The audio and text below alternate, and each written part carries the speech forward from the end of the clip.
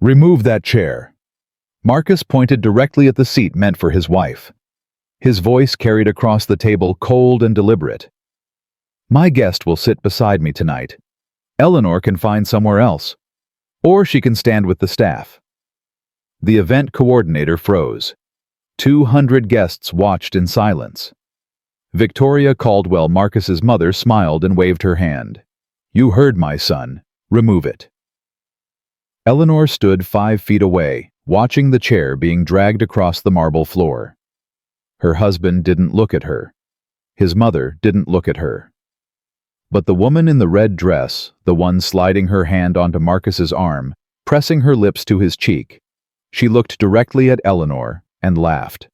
What none of them knew what would destroy them before midnight was that every chandelier above their heads, every glass of champagne in their hands, every paycheck for every person in that room came from the woman they had just publicly humiliated. The company hosting this gala belonged to Eleanor, and she was done being invisible.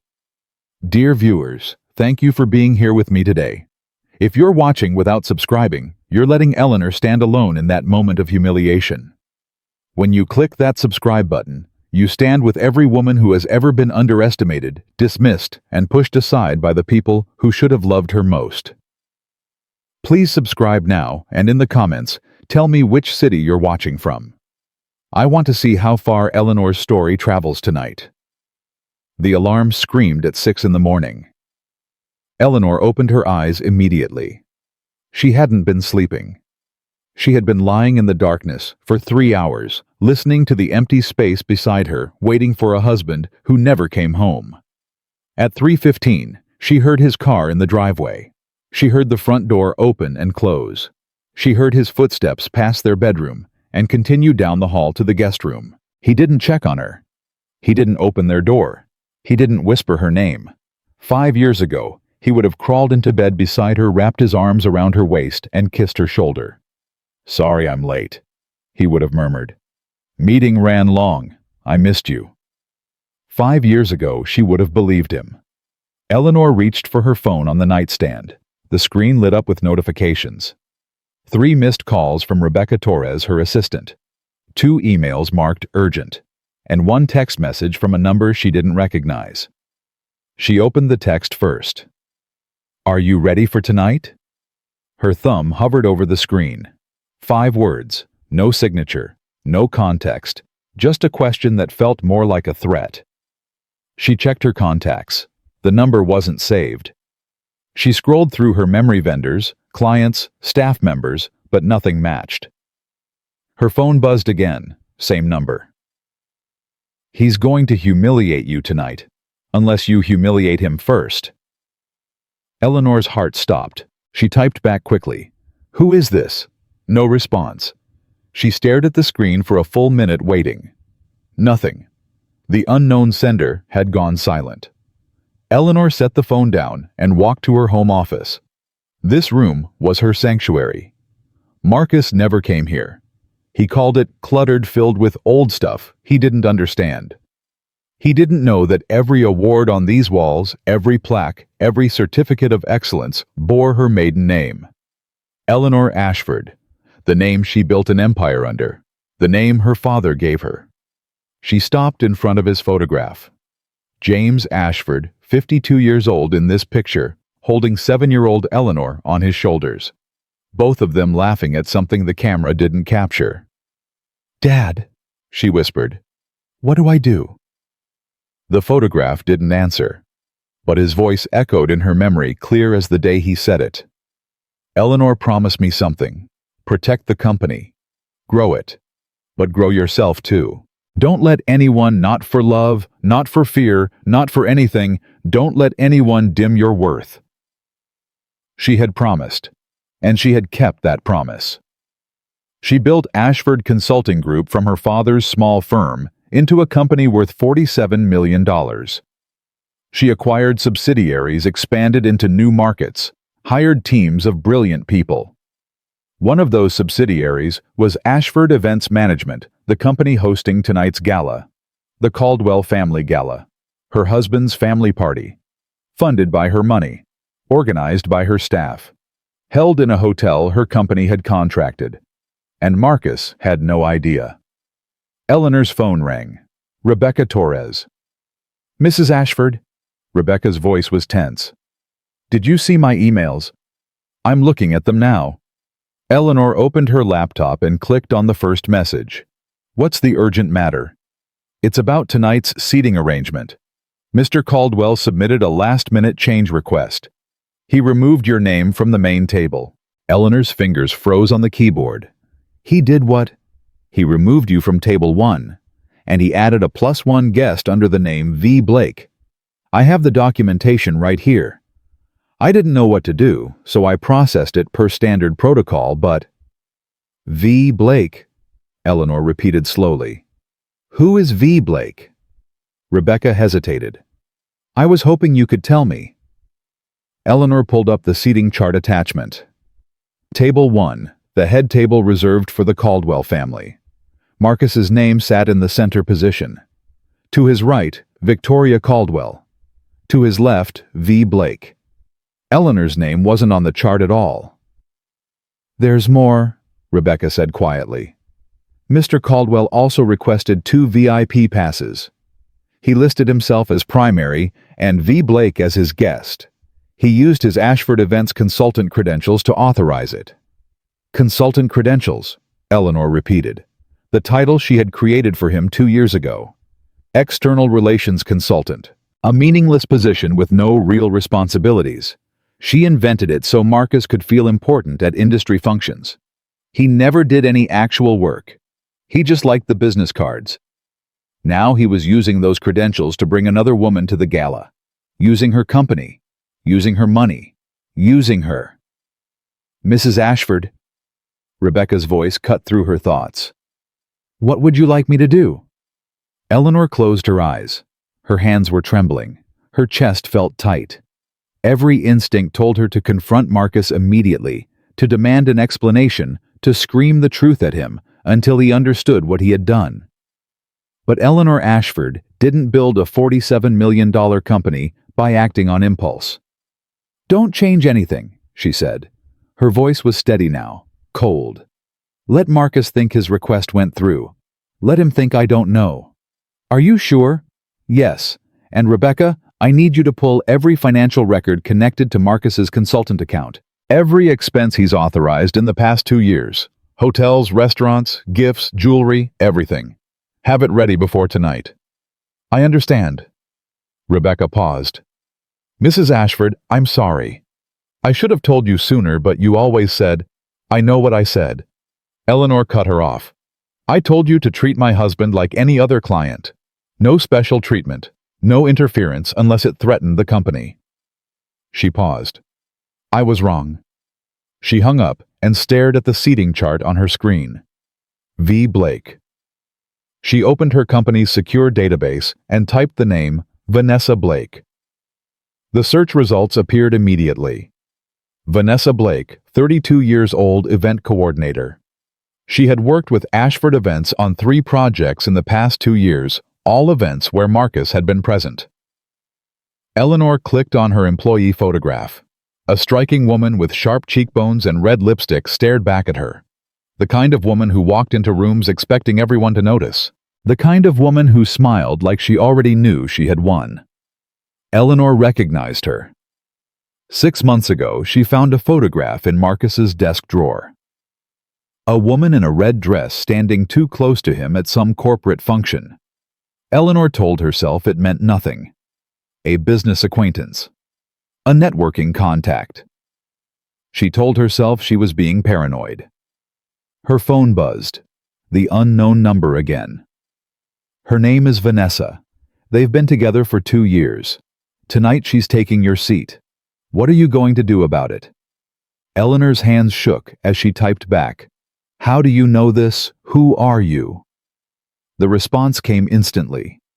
Someone who's tired of watching you disappear. Check your husband's laptop. The password is your anniversary date. He thinks you're too stupid to figure that out. Eleanor stared at the message. Her anniversary date, June 15th, the day Marcus promised to love her forever. She walked out of her office and down the hall to Marcus's study. The door was closed, but unlocked. She pushed it open and stepped inside. His laptop sat on the desk screen, dark, waiting. Eleanor's heart pounded so hard she could hear it in her ears. This was wrong. Spying on her husband, reading his private messages. This wasn't who she was. But neither was being erased from her own husband's life. She opened the laptop. The login screen appeared. Password required. She typed 0615. The screen unlocked. Marcus's email was already open. Dozens of messages filled the inbox: work correspondence, spam, social media notifications. But halfway down the page, one thread caught her eye. Subject: tonight, sender V. Blake. Eleanor clicked it open. I can't wait to see you. Vanessa had written yesterday. Finally getting to be there as your date instead of pretending. Your mom promised me the seat right next to you. This is going to be perfect. Marcus's reply. It's about time. I've been waiting 2 years to do this properly. He won't know what hit her. Vanessa. Are you sure she won't cause a scene? Marcus. She's too timid, trust me. She'll probably just stand in the corner like she always does. My mother already handled the seating. He's not even on the chart. Vanessa. You're terrible. Marcus. You love it. See you tonight, beautiful. Wear the red dress. You know the one. Eleanor stopped breathing. E won't know what hit her. She'll probably just stand in the corner. My mother already handled the seating. She read the words again, and again, and again. Each time they cut deeper. 2 years. He had been lying to her for 2 years, laughing at her for 2 years, planning this moment for 2 years. And his mother knew. Victoria had handled the seating. Victoria had promised Vanessa the seat beside Marcus. Victoria was helping her son destroy his marriage. Eleanor's vision blurred. Tears burned at the edges of her eyes. No. She blinked them back. She would not cry. Not here. Not now. Not over a man who called her timid. Not over a man who thought she would just stand in the corner and accept whatever humiliation he planned for her. She took a photograph of the email thread with her phone. Then she scrolled down. More messages. Dozens of them. Vanessa sending selfies in lingerie. Marcus responding with heart emojis. Plans for weekend getaways. Inside jokes about Eleanor. One message from 3 months ago made her stomach turn. Vanessa. Does she ever suspect anything, Marcus? Eleanor? Please, she's so focused on her little consulting job she doesn't notice anything. I could bring you home for dinner, and she'd probably just set an extra plate. Vanessa. You married the wrong woman. Marcus. I know, but I'm fixing that. Give me time. I'm fixing that. Eleanor closed the laptop. Her hands weren't shaking anymore. Her tears had dried before they could fall. Something inside her had shifted. Something that had been bending for years finally snapped clean. She walked back to her office and called Jordan Mitchell, her attorney. Eleanor, Jordan answered on the second ring. Is everything all right? No, she said. I need you to prepare 2 sets of documents. First, a termination notice for Marcus Caldwell's consultant position at Ashford Events, effective immediately. Second, she paused. Divorce papers. Jordan was silent for a long moment. Eleanor, are you sure this is a big step? Maybe you should take some time to... I've taken 8 years, Jordan. 8 years of being patient. 8 years of being kind. 8 years of hiding who I am so my husband wouldn't feel threatened. Her voice hardened. I'm done hiding. What happened? He's bringing his mistress to the gala tonight. He removed my name from the seating chart. He's been using my company's money to fund their affair for 2 years. She paused. And his mother has been helping him. Jordan exhaled slowly. I'll have everything ready within the hour. Termination papers and divorce filing. Just tell me when and where you want them delivered. I'll deliver them myself, Eleanor said. Tonight, At the gala, in front of everyone. Eleanor. Thank you, Jordan. She hung up before he could argue. Her phone buzzed again. The unknown number. Good, now you know. The question is, what are you going to do about it? Eleanor typed back. Who are you? Why are you helping me? The response came after a long pause. Because I was her once. The wife no one saw. The woman who stood in the corner while her husband paraded his mistress. I didn't fight back. I wish I had. Don't make my mistake, Eleanor. Don't let them win. Eleanor stared at the message. Somewhere out there a stranger was watching. A stranger who knew about Marcus and Vanessa. A stranger who had access to information Eleanor didn't even know existed. She should have been frightened.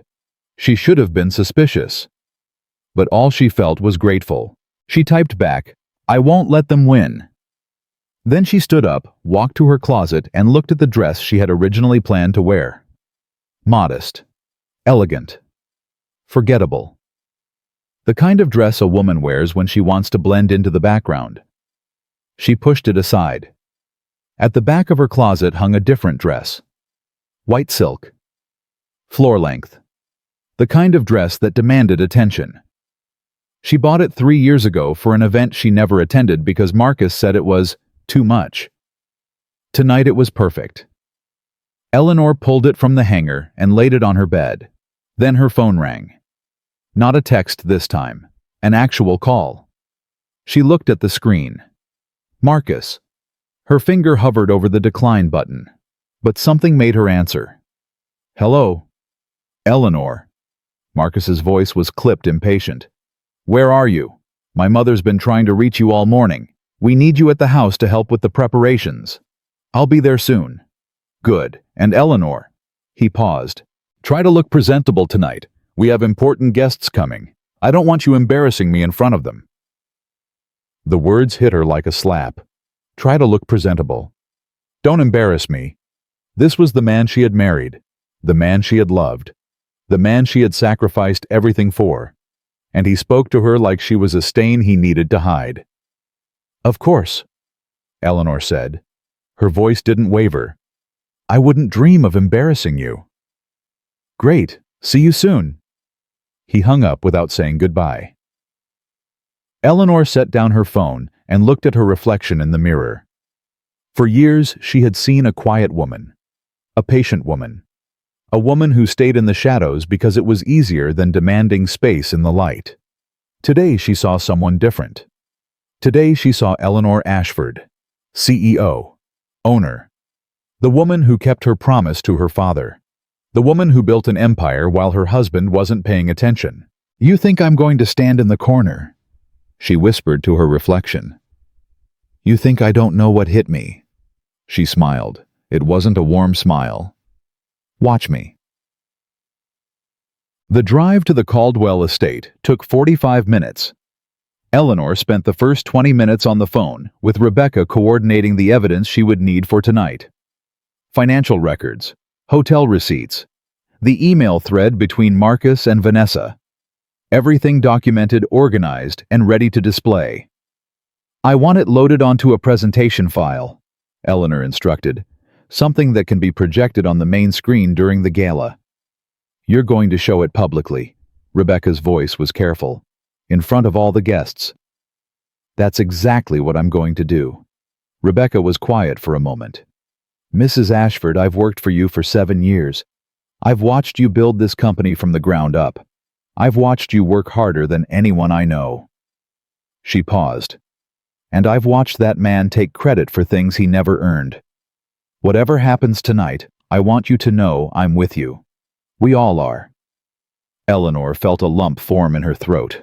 Thank you, Rebecca. I'll have everything ready by 8 o'clock. David Chen and Mia Patterson will meet you backstage.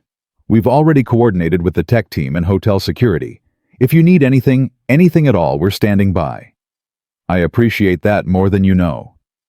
She hung up as her car turned into the Caldwell estate driveway. The house loomed ahead, a massive Georgian mansion that Victoria loved to brag about. Old money, old family, old traditions. Everything Eleanor supposedly lacked. She parked in the circular driveway and stepped out. The front door flew open before she reached the steps. Victoria Caldwell stood in the doorway. 61 years old, silver hair, perfectly styled, wearing a cream-colored suit that probably cost more than most people's monthly rent. Her eyes swept over Eleanor with undisguised contempt. "You're late," Victoria snapped. "We've been waiting for over an hour." Traffic was. "I don't care about traffic, I care about results." Victoria turned and marched inside, expecting Eleanor to follow.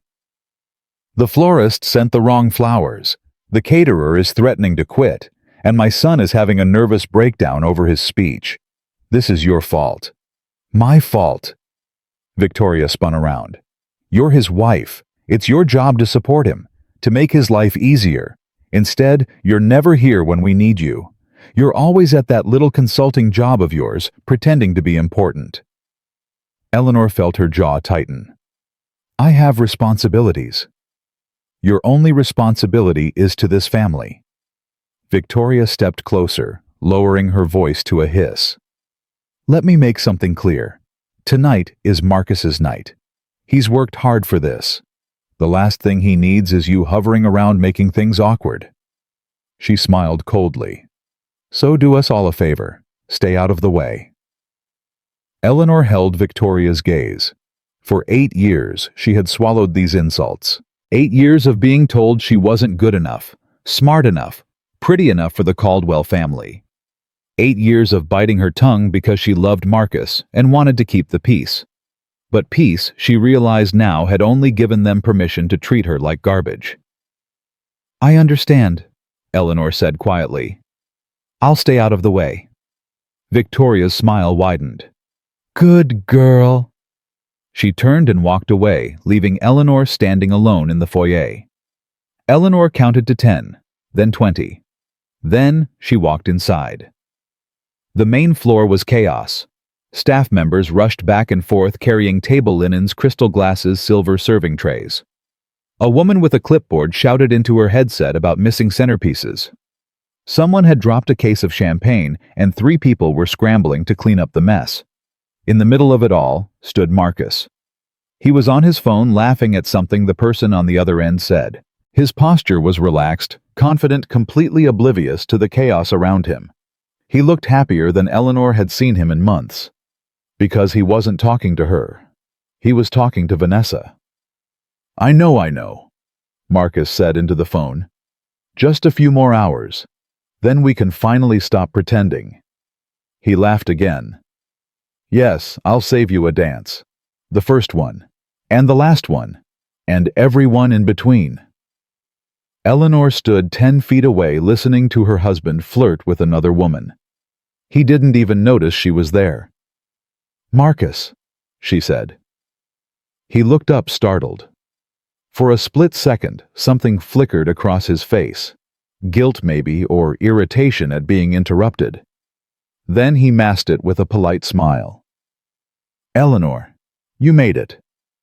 He held up a finger to indicate he needed a moment, then spoke into the phone. "I have to go. See you tonight, beautiful." He hung up and slipped the phone into his pocket. "Who was that?" Eleanor asked. "Business associate." The lie came easily, without hesitation. "We're coordinating some last-minute details for tonight."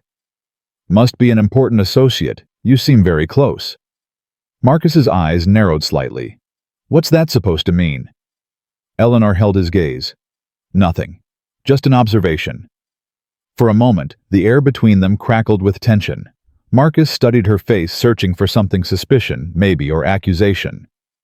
Eleanor kept her expression neutral. Blank. Finally, Marcus shrugged. "My mother said you were late. She needs help with the place cards." "I'll take care of it." "Good." He started to walk away, then paused. "Oh, and Eleanor about tonight. I'm going to be very busy with important guests. Networking, speeches, that sort of thing. I probably won't have much time to spend with you." "I understand." "Do you—" He stepped closer, lowering his voice. Because the last thing I need is you following me around all evening expecting attention. This is a professional event, not a date night. Eleanor felt something cold settle in her chest. Of course, I wouldn't want to be a burden. Marcus smiled. I knew you'd understand. That's what I love about you, Eleanor. You're so accommodating. He walked away without looking back.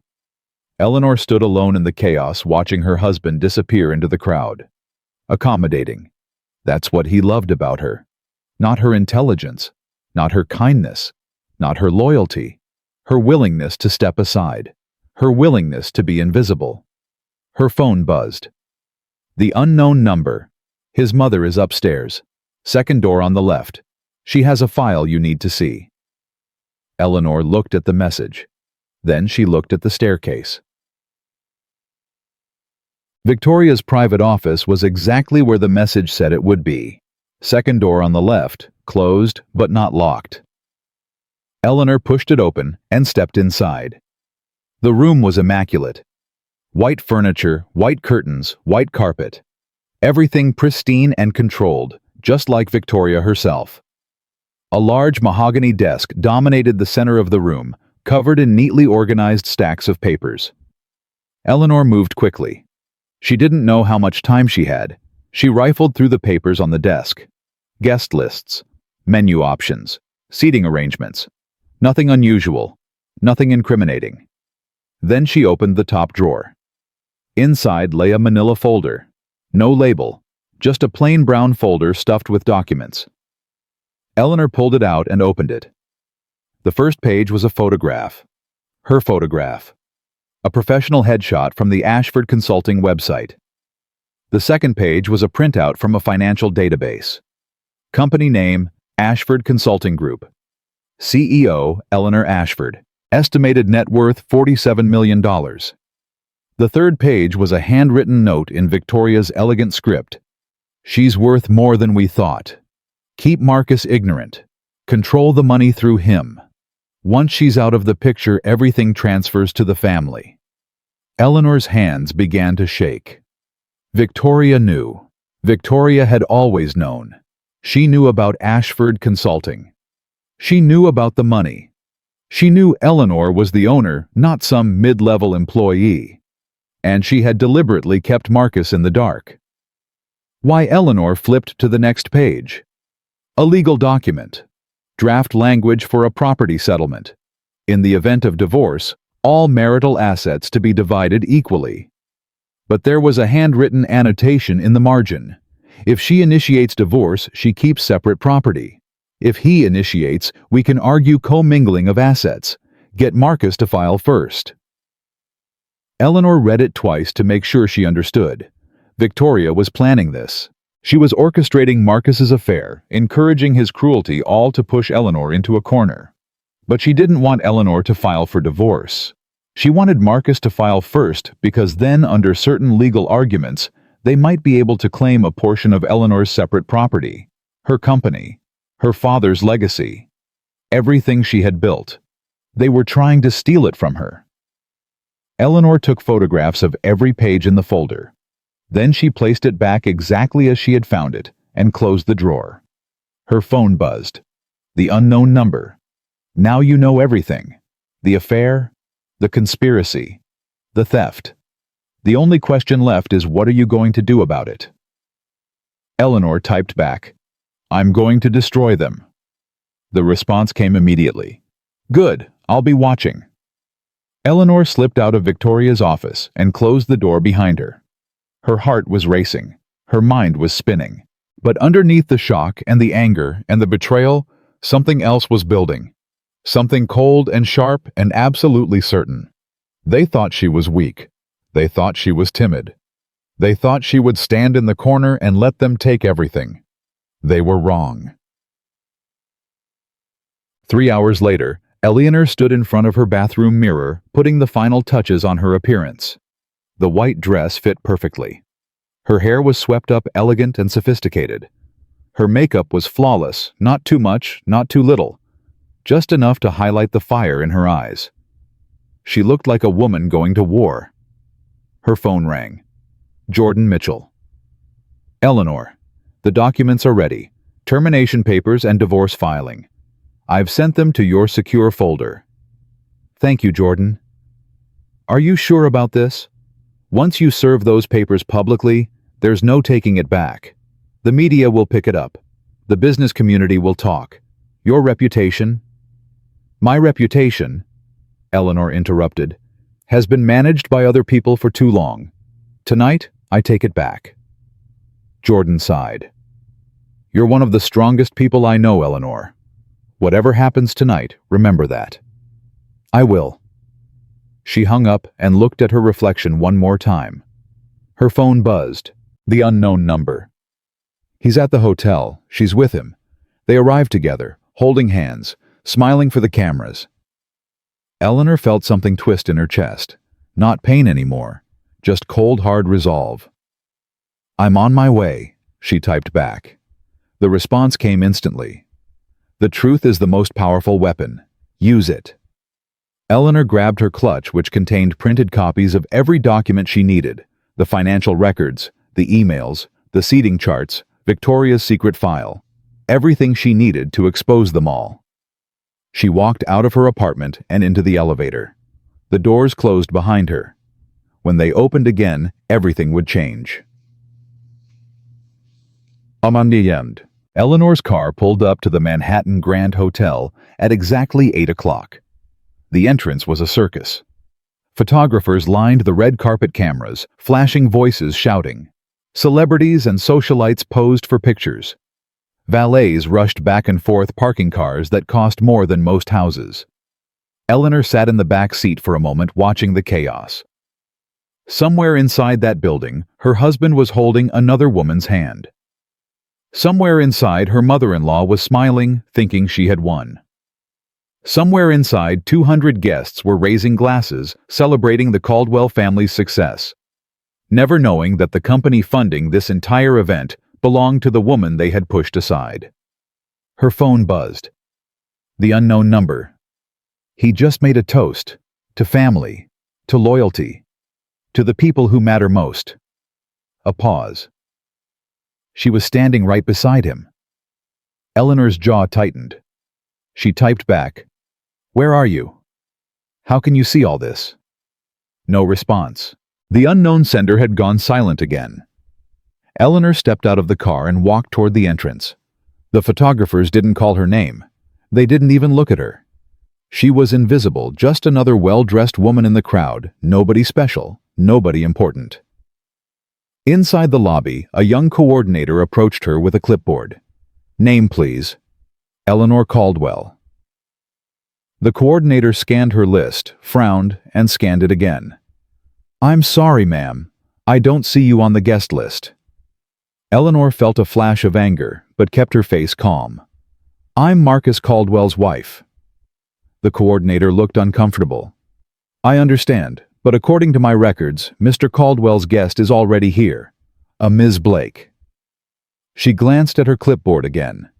He specifically requested that no additional guests be added under his name. Eleanor could have revealed herself right then.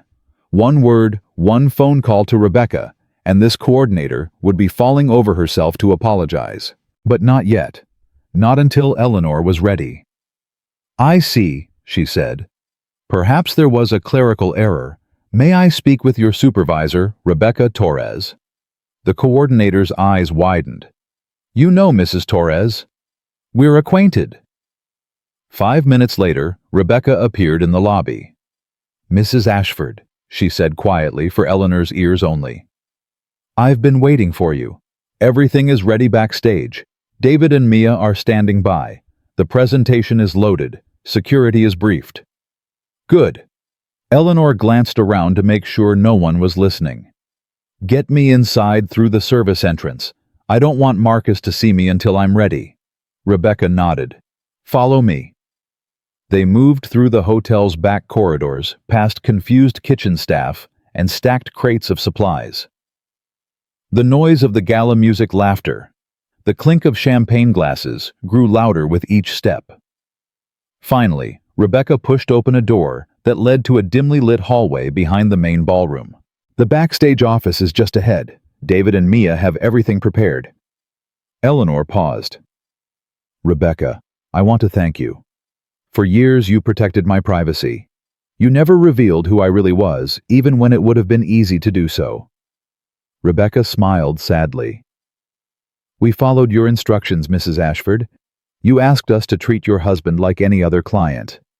You didn't want him to feel diminished. She paused. But we saw how he treated you. We all did, and it broke our hearts. Eleanor felt tears sting her eyes. She blinked them back. After tonight, there's no more hiding. After tonight, everyone will know exactly who I am. We're ready, Rebecca said.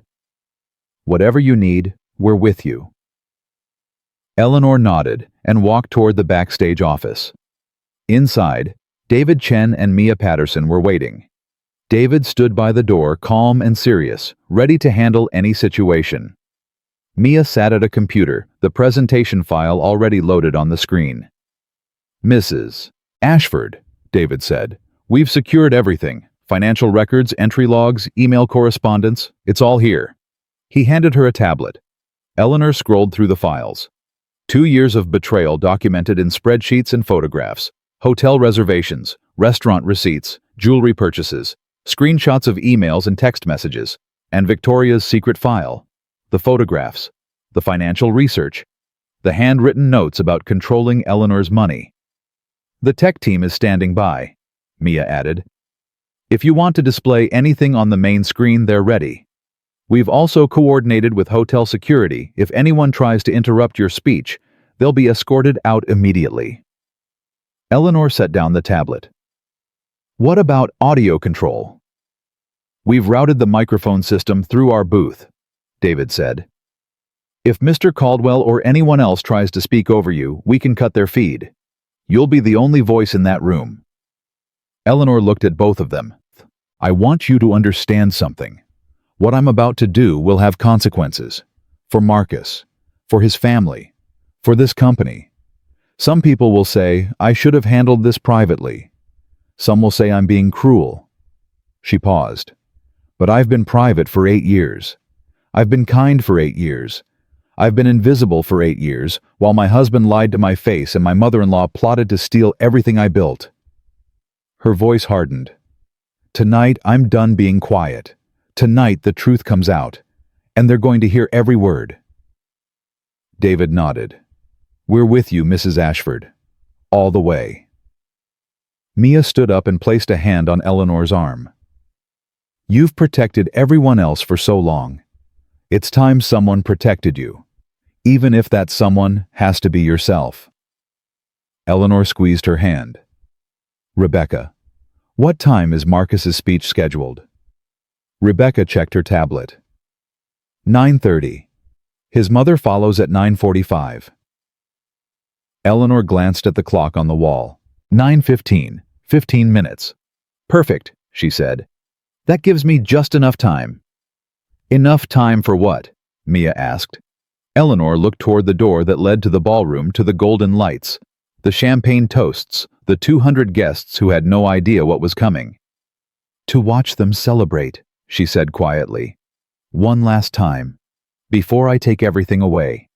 She picked up the tablet containing all the evidence and walked toward the door. Her phone buzzed one final time. The unknown number. He's about to give his speech. He's going to thank his mother. He's going to thank his supporters. He's not going to mention you at all. Are you ready to show them who really built this empire? Eleanor typed back 2 words. I'm ready. Then she pushed open the door and stepped into the shadows at the edge of the ballroom. Marcus stood at the podium, adjusting the microphone. Vanessa sat at the head table wearing a red dress that matched her lipstick, smiling like she had already won. Victoria sat beside her, radiating smug satisfaction. None of them saw Eleanor watching from the darkness. None of them knew their world was about to end. Marcus cleared his throat and leaned into the microphone. Good evening, everyone. Thank you for being here tonight to celebrate with our family. Eleanor's grip tightened on the tablet. 15 minutes. Then the truth would come out. and nothing would ever be the same again. 9:15 p.m. Marcus gripped the podium like a man who owned the world. "Good evening, everyone," he said, his voice smooth and confident. "Thank you for being here tonight to celebrate with our family. This gala represents everything the Caldwell name stands for: excellence, tradition, and the bonds that hold us together." Eleanor stood in the shadows near the service entrance watching. Her tablet pressed against her chest. Her heart beat so hard she could feel it in her throat.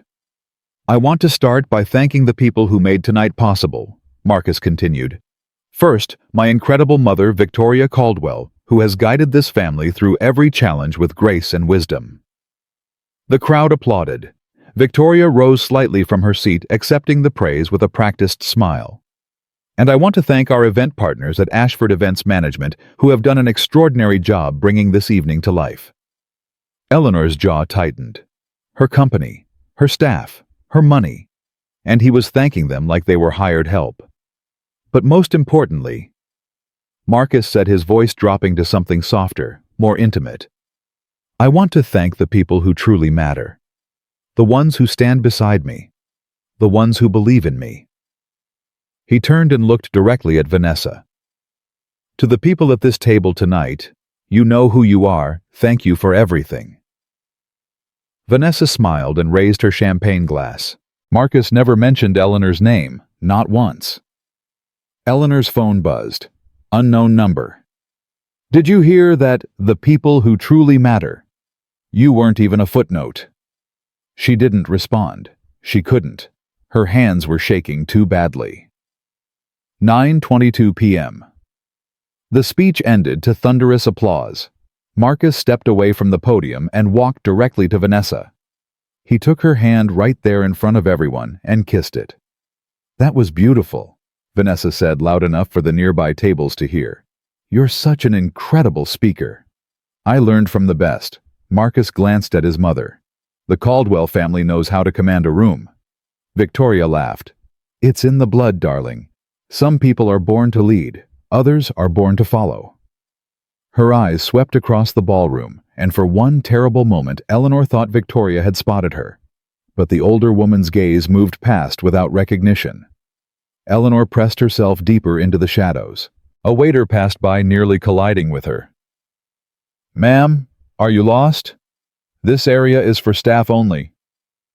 "I'm fine," Eleanor whispered. "I'm just waiting for someone." The waiter shrugged and moved on. Eleanor's phone buzzed again. Unknown number. "His mother is about to speak. She has a surprise announcement. You need to hear this." "What surprise?" Eleanor typed back. No response. 9:30 p.m. Victoria Caldwell took the stage. She moved with the confidence of a woman who had never been told no. Her silver hair gleamed under the lights. Her cream-colored suit was immaculate. Her smile was the kind that cut. "Thank you all for being here tonight," Victoria began. "As many of you know, the Caldwell family has always valued tradition. We believe in legacy. We believe in building something that lasts." She paused, letting the words settle. "Tonight, I have a special announcement, something that brings me more joy than I can express." Eleanor's stomach dropped. "My son Marcus has found someone truly special, someone who embodies everything our family values, someone who has brought light back into his life after years of disappointment." Eleanor stopped breathing. Victoria extended her hand toward the head table. "Vanessa Blake, would you please stand?" Vanessa rose gracefully, her red dress catching the light. She looked like a queen accepting her coronation. "For those who don't know," Victoria continued, "Vanessa has been a dear friend of our family for some time now. She is intelligent, accomplished, and most importantly, she makes my son happy." Victoria's voice hardened almost imperceptibly. Truly happy. For the first time in years. The implication was clear. Eleanor had made Marcus miserable. Vanessa was his salvation. "I want to officially welcome Vanessa into our inner circle tonight," Victoria said. She is no longer just a guest at the Caldwell table. She is family. The crowd erupted in applause. Eleanor felt the world tilt beneath her feet. Family. Victoria had just declared Marcus's mistress family, in front of 200 people. While Eleanor Marcus's actual wife stood hidden in the shadows like a shameful secret. Her phone buzzed. Unknown number. Now you understand. They're not just cheating. They're replacing you. Publicly. Permanently. Eleanor's vision blurred with tears she refused to let fall. 9:38 p.m. Mrs. Ashford. The voice came from behind her. Eleanor spun around. Rebecca stood in the corridor, her face tight with concern. You need to come to the backstage office, now. What happened? David found something. Something you need to see before you go on stage. Eleanor followed Rebecca through the service corridor, her mind racing. What else could there possibly be? How much worse could this night get? The backstage office was quiet compared to the noise of the ballroom. David stood by the computer, his expression grim. Mia sat beside him, her face pale. What is it? Eleanor demanded. David turned the screen toward her. We were doing a final review of Mr. Caldwell's expense records when we found this. It's from 3 weeks ago. Eleanor looked at the screen. A bank transfer. $50,000. From Marcus's corporate account to a jewelry store in Manhattan. Jewelry, Eleanor said. We already documented the jewelry purchases. This isn't costume jewelry, David said quietly. This is Harry Winston. The purchase description says custom engagement ring. The room went silent. Eleanor stared at the screen. The words blurred and sharpened, blurred and sharpened. Custom engagement ring. He's going to propose to her, Mia whispered. Tonight. He's going to propose to Vanessa tonight. Eleanor couldn't speak. She couldn't move. She couldn't breathe. Marcus wasn't just having an affair. He wasn't just humiliating her publicly. He was planning to marry another woman while still married to Eleanor. There's more, David said. He clicked to another document. I found this in the hotel's event coordination files. Mr. Caldwell submitted a special request 3 days ago. He asked for a private moment during the gala, a surprise romantic gesture at 10:15 p.m. The hotel approved it. 10:15 p.m., 40 minutes from now. Eleanor finally found her voice. He's going to do it in front of everyone. He's going to propose to his mistress at his family gala while his wife is supposedly standing in the corner. That's what it looks like, David said. Rebecca stepped forward. Mrs. Ashford, you can still stop this. Your speech is scheduled for 10:30 p.m. You can expose everything before he has the chance to... No. Everyone turned to look at Eleanor. I'm not going to stop it, she said slowly. I'm going to let him start. I'm going to let him get down on one knee in front of 200 people. I'm going to let him think he's having his fairy tale moment. Her voice hardened. And then I'm going to destroy it. 9:45 p.m. Eleanor stepped out of the backstage office and walked toward the edge of the ballroom. She needed to see them. She needed to watch Marcus and Vanessa together, pretending to be in love, pretending they hadn't built their happiness on her humiliation. She needed that image burned into her memory, so she would never ever doubt what she was about to do. The ballroom was in full celebration mode. Champagne flowed freely.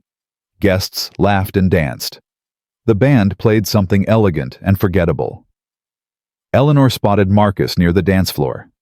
He had his arm around Vanessa's waist, guiding her through a slow dance. They looked perfect together, like a photograph from a magazine. They make such a beautiful couple, someone said nearby. Eleanor turned. An older woman in a blue gown was watching Marcus and Vanessa with admiration. Excuse me, Eleanor said. Marcus and his girlfriend, the woman clarified. I've known the Caldwells for years. Victoria has been telling everyone how happy he finally is. Such a shame about his first marriage, though. Eleanor's blood ran cold. His first marriage. Oh, didn't you know? The woman lowered her voice conspiratorially. Apparently he married some nobody years ago. No family connections. No social standing. Victoria was devastated. But it seems like things are finally working out. That Vanessa is much more suitable. Eleanor forced herself to smile. I'm sure she is. Are you a friend of the family? Something like that.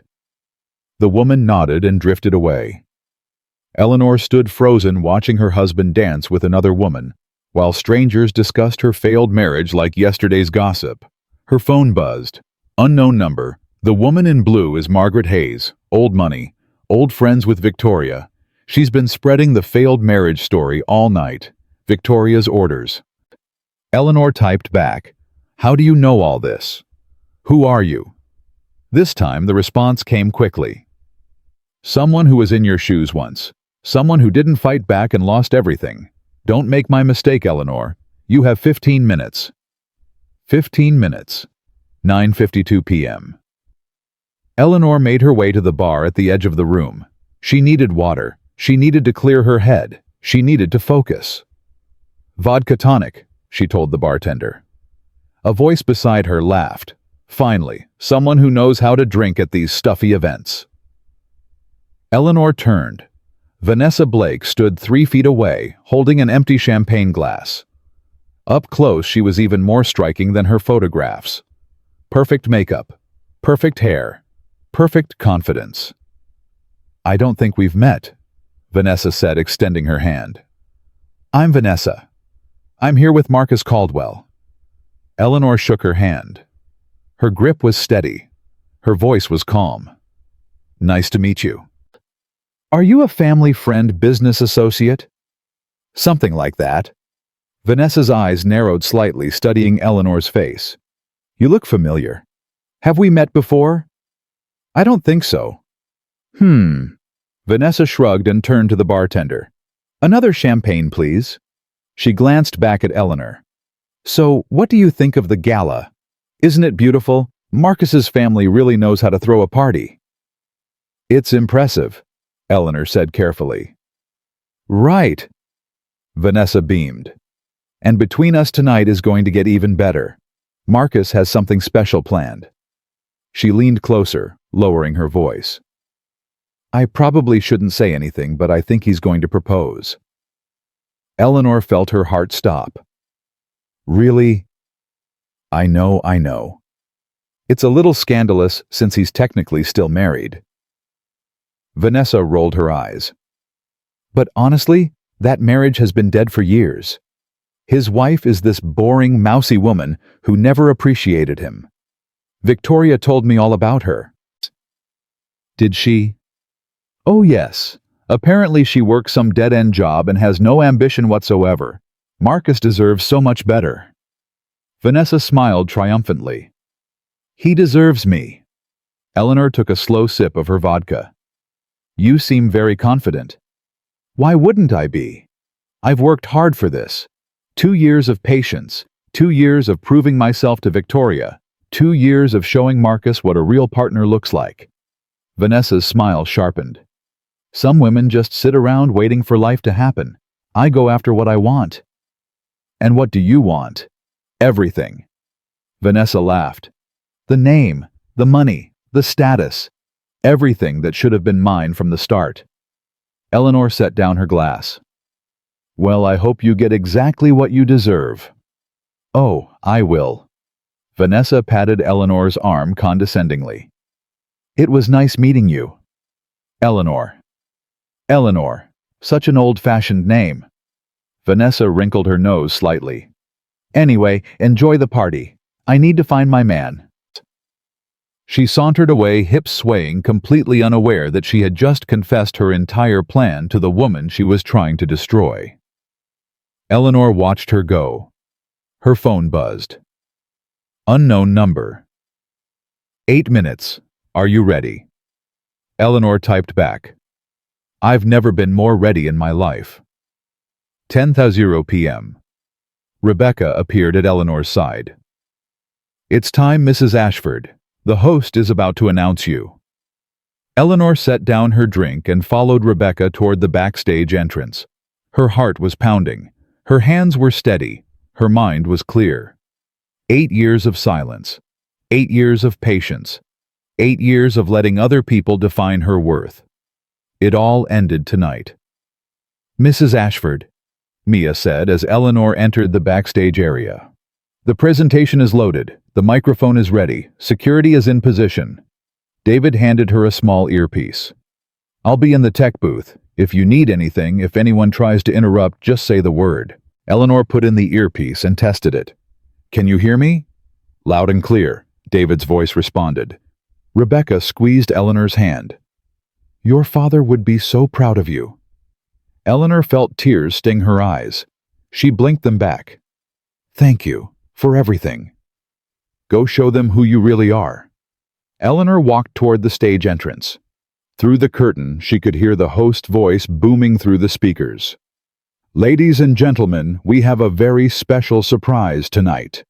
The owner of Ashford Events Management, the company that made this beautiful gala possible, has requested a moment to address you all." Murmurs rippled through the crowd. "Please welcome to the stage, Ms. Eleanor Ashford." Eleanor took a breath. Then she stepped into the light. 10:02 p.m. The spotlight hit her like a wave of heat. 200 faces turned toward her. 200 pairs of eyes filled with curiosity, confusion, recognition. At the head table, Marcus's face went white. Victoria's champagne glass froze halfway to her lips. Vanessa's confident smile crumbled into something closer to fear. Eleanor walked to the podium. Her heels clicked against the stage. The sound echoed through the silent ballroom. She adjusted the microphone and looked out at the crowd. "Good evening," she said. Her voice was calm, steady. The voice of a woman who had finally stopped hiding. "My name is Eleanor Ashford. Some of you may know me by my married name, Eleanor Caldwell." Gasps scattered through the audience. "That's right," Eleanor continued. "I am Marcus Caldwell's wife. The woman who has been married to him for 8 years. The woman whose name was removed from tonight's seating chart. The woman whose chair was taken away so another woman could sit beside my husband." She paused, letting the words sink in. At the head table, Marcus pushed back his chair. "Eleanor, what are you?" "I'm also the majority owner of Ashford Consulting Group." Eleanor cut him off. Her voice carried through the speakers, drowning out his protest. "And I own Ashford Events Management, the company that is hosting this gala tonight." The room erupted in whispers. Eleanor smiled. "So when I say I have a few things to share with you all tonight, I hope you'll understand this is my stage. My company. My moment." She looked directly at Marcus. "And my husband has some explaining to do." 10:05 p.m. Marcus stood up from his chair, his face flushed with panic. "Eleanor, stop this. You're embarrassing yourself." "Am I?" Eleanor tilted her head. "Or am I embarrassing you? This is insane. You've lost your mind. Someone get her off that stage." 2 security guards moved toward the stage, then stopped. David's voice crackled in Eleanor's earpiece. "Hotel security has been informed that you're the event owner. They won't touch you." Marcus looked around frantically. "What is this? Why isn't anyone doing anything?" Victoria rose from her seat. "This is ridiculous. Eleanor, whatever you think you're doing." "What I'm doing, Victoria," Eleanor said coolly, "is telling the truth. Something this family has avoided for a very long time." She clicked a button on the podium, and the screen behind her lit up. "Let's start with the finances, shall we?" The first slide appeared. Hotel receipts, restaurant charges, jewelry purchases, all authorized by Marcus Caldwell through his Ashford Events consultant account. "Over the past 2 years, my husband has spent approximately $87,000 of company funds on personal expenses," Eleanor announced. "Hotels, dinners, gifts, all for a woman who is not his wife." The crowd murmured. Phones appeared in hands. Cameras flashed. Those charges include 17 hotel stays at luxury properties, Eleanor continued, 34 dinner reservations at high-end restaurants, and 6 jewelry purchases including a custom engagement ring from Harry Winston bought 3 weeks ago for $50,000. Vanessa let out a small cry. Marcus's face went gray. An engagement ring, Eleanor repeated slowly. For a woman he planned to propose to tonight at 10:15 p.m., while I was supposed to be standing in the corner invisible and humiliated. She clicked to the next slide. The email thread between Marcus and Vanessa appeared on screen.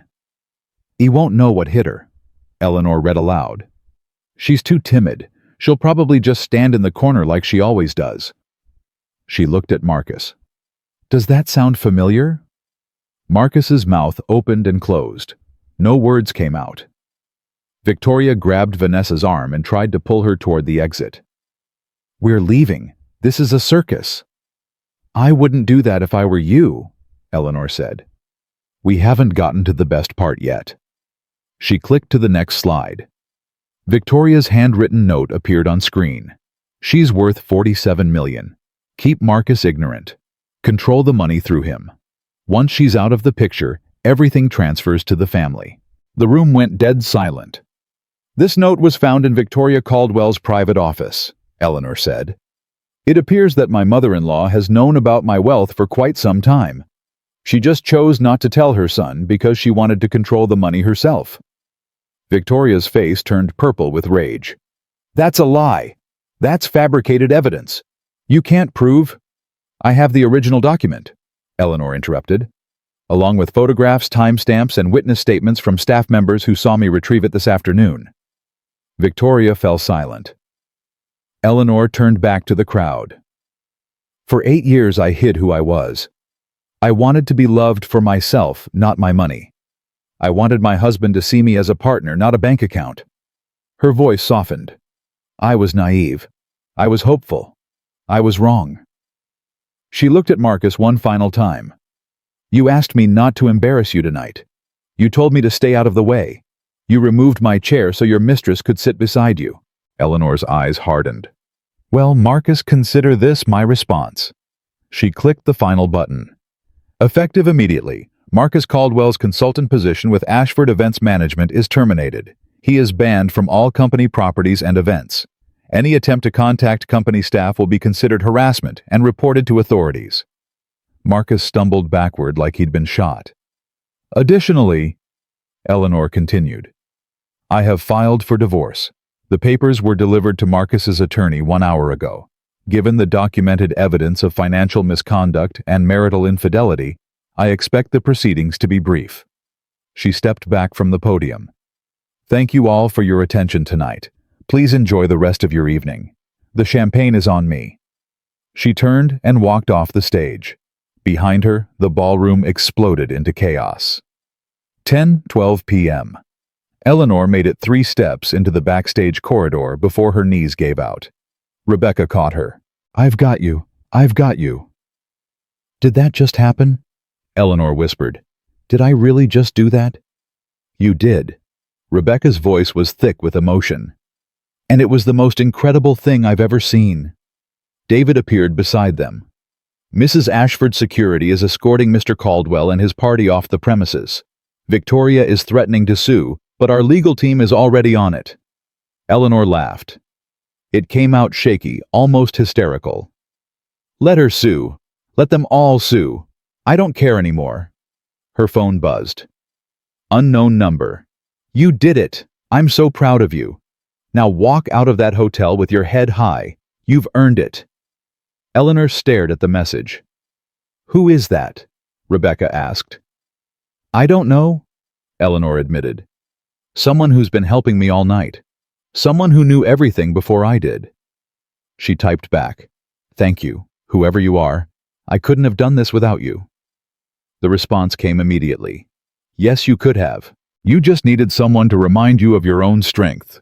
Go live your life, Eleanor. You're free now." Eleanor read the message 3 times. Then she straightened her spine, lifted her chin, and walked toward the exit. 10:15 p.m. The lobby was chaos when Eleanor emerged. Reporters had somehow gotten word of the spectacle. Cameras flashed. Voices shouted questions. Hotel staff tried to maintain order while guests spilled out of the ballroom, phones in hand, already posting videos to social media. Eleanor ignored all of it. She walked through the lobby like a queen. Her white dress caught the light. Her head was high. Her steps were steady. Someone grabbed her arm. She turned. Marcus stood before her, his face twisted with fury and desperation. His bow tie was crooked. His hair was disheveled. He looked nothing like the confident man who had stood at that podium an hour ago. "You ruined me," he hissed. "You destroyed everything." Eleanor pulled her arm free. "No, Marcus. You destroyed yourself. I just made sure everyone knew about it. I'm your husband. How could you do this to me? You stopped being my husband the moment you removed my chair from your table." Eleanor's voice was cold. "The moment you chose her over me. The moment you decided I wasn't worth even basic respect." "Eleanor, please." His voice cracked. "We can fix this. We can go to therapy. We can start over. I'll end things with Vanessa. I'll do whatever you want." Eleanor looked at him, really looked at him for the first time in years. She saw a man who only valued what he was about to lose. A man who begged for forgiveness only when the cameras were watching. A man who had never once considered her feelings until his own comfort was threatened. "Goodbye, Marcus," she said quietly. She turned and walked toward the exit. "Eleanor," he shouted after her. "Eleanor, come back. You can't do this to me." She didn't look back. The glass doors opened, and the cool night air hit her face like a blessing. Eleanor Ashford walked out of the Manhattan Grand Hotel, leaving her old life behind. And for the first time in 8 years, she felt free. 10:18 p.m. The night air hit Eleanor's face like cold water after a fever. She stood on the sidewalk outside the Manhattan Grand Hotel, her white dress catching the streetlight, her hands trembling with adrenaline she hadn't allowed herself to feel inside. Behind her, the lobby doors burst open again and again as guests poured out, phones pressed to ears, voices raised in shock and excitement. "Did you see her face? Victoria looked like she was going to have a stroke. I heard the wife owns everything, the whole company." Eleanor kept walking. She didn't know where she was going. She just knew she couldn't stop moving. Her phone buzzed. She ignored it. It buzzed again, and again, and again. Finally, she pulled it out. 17 missed calls. 43 text messages. Her inbox was exploding. One message stood out from the rest. "Unknown number. You're not safe yet. Victoria is making calls. She's planning something. Don't go home tonight." Eleanor stopped walking. She typed back, "What do you mean? What is she planning?" The response came immediately. "She's calling her lawyer. She wants to freeze your accounts before you can move money. She's also calling reporters. She's going to spin this story against you. Get to your office. Now. Secure everything." Eleanor's heart started racing again. The victory she had felt moments ago suddenly felt fragile. Incomplete. Victoria Caldwell wasn't the kind of woman who accepted defeat. She was the kind of woman who burned everything down rather than admit she had lost. Eleanor hailed a cab. "Midtown," she said. "Ashford Consulting Headquarters. Fast." 10:32 p.m. The Ashford Consulting building was dark, except for the executive floor. Eleanor had called Rebecca on the way over. By the time she arrived, her entire senior team was assembled in the conference room. Rebecca, David, Chen, Mia, Patterson, Jordan Mitchell, and 2 members of the company's legal department. "What's the situation?" Eleanor asked as she walked in. Jordan spoke first. "Victoria's lawyer filed an emergency motion 30 minutes ago. They're claiming the divorce filing was fraudulent and that Marcus is entitled to half of all marital assets, including your stake in the company." "That's absurd," Eleanor said. "My company existed before the marriage. It's separate property." "Normally, yes, But Victoria's lawyer is arguing that Marcus contributed to the company's growth through his consultant role. They're claiming his work entitled him to equity. Eleanor laughed a sharp, bitter sound. His consultant role was ceremonial. He never did any actual work. We know that, but we need to prove it.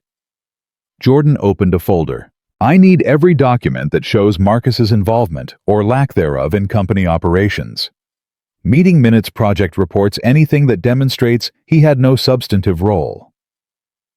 I can pull that together within the hour, Rebecca said. Do it.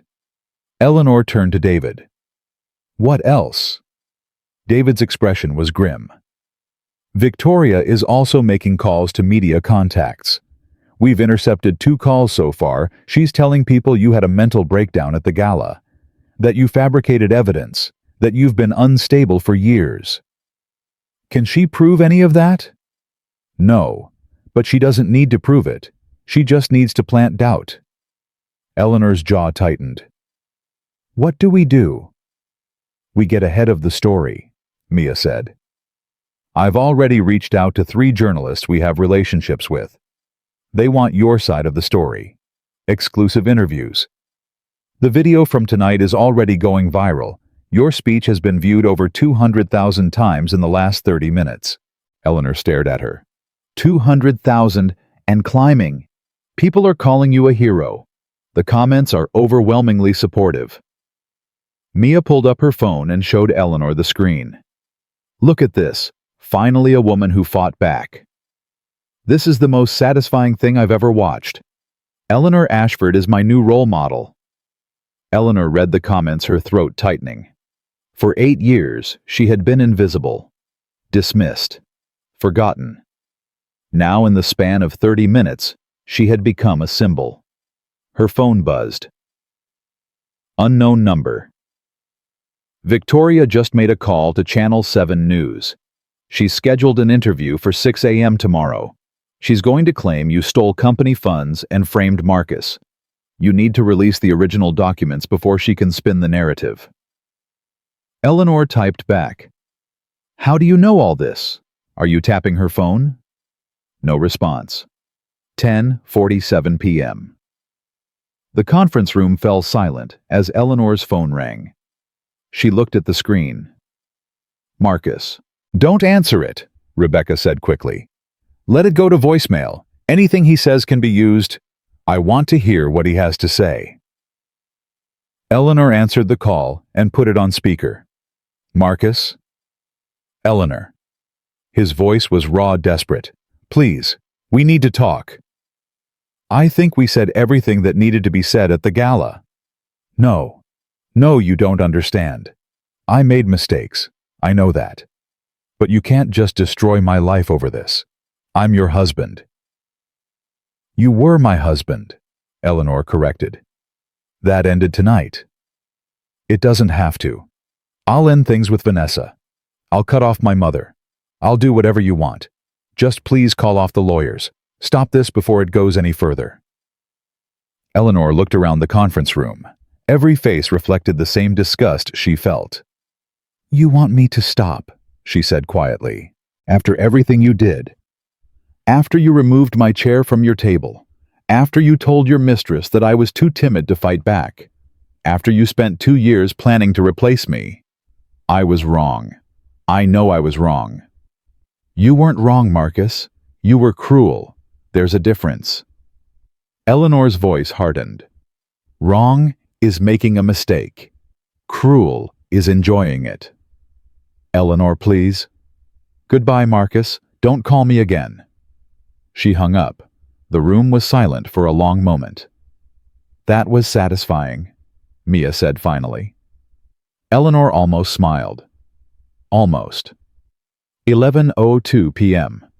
Jordan's phone rang.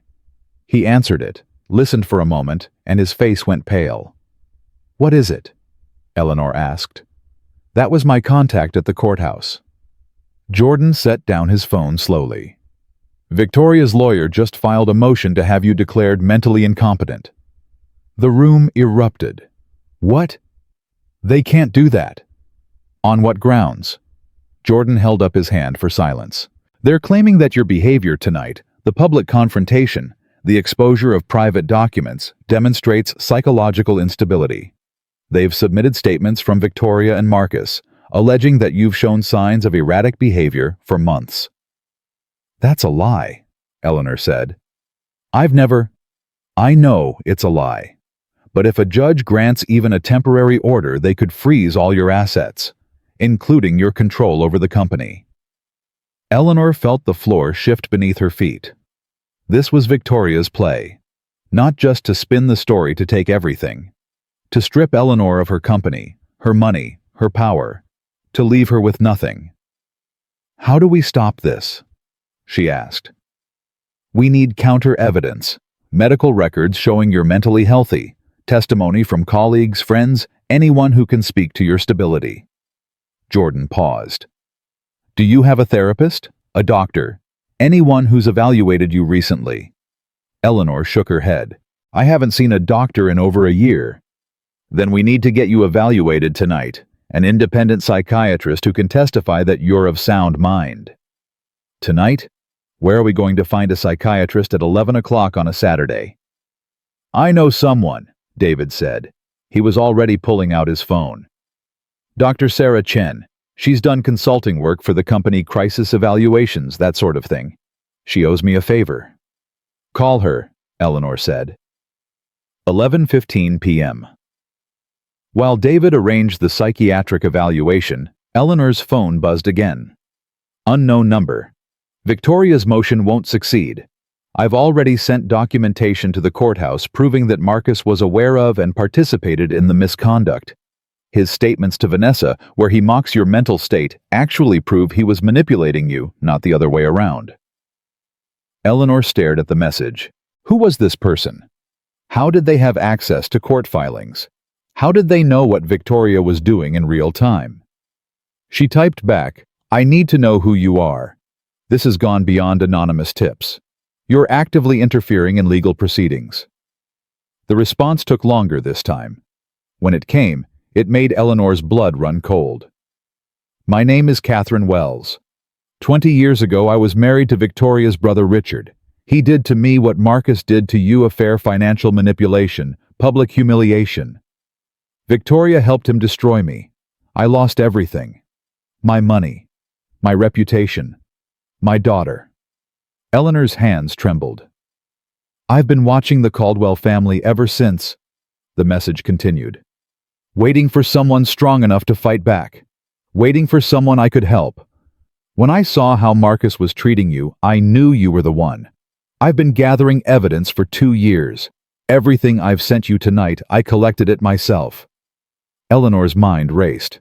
Catherine Wells, Victoria's former sister-in-law, a woman the Caldwell family had apparently destroyed decades ago, and she had been watching, waiting, preparing. Eleanor typed back, Why didn't you fight back yourself? The response was immediate. I didn't have what you have. I didn't have my own company, my own money, my own power. Richard controlled everything. By the time I realized what was happening, it was too late. But you, Eleanor, you built your empire before you ever met Marcus. You have resources I could only dream of. Use them. Eleanor read the message 3 times. Then she typed, Thank you, Catherine, for everything. Don't thank me yet. The fight isn't over. But I believe in you. Now go show them what happens when they underestimate the wrong woman. 11:34 p.m.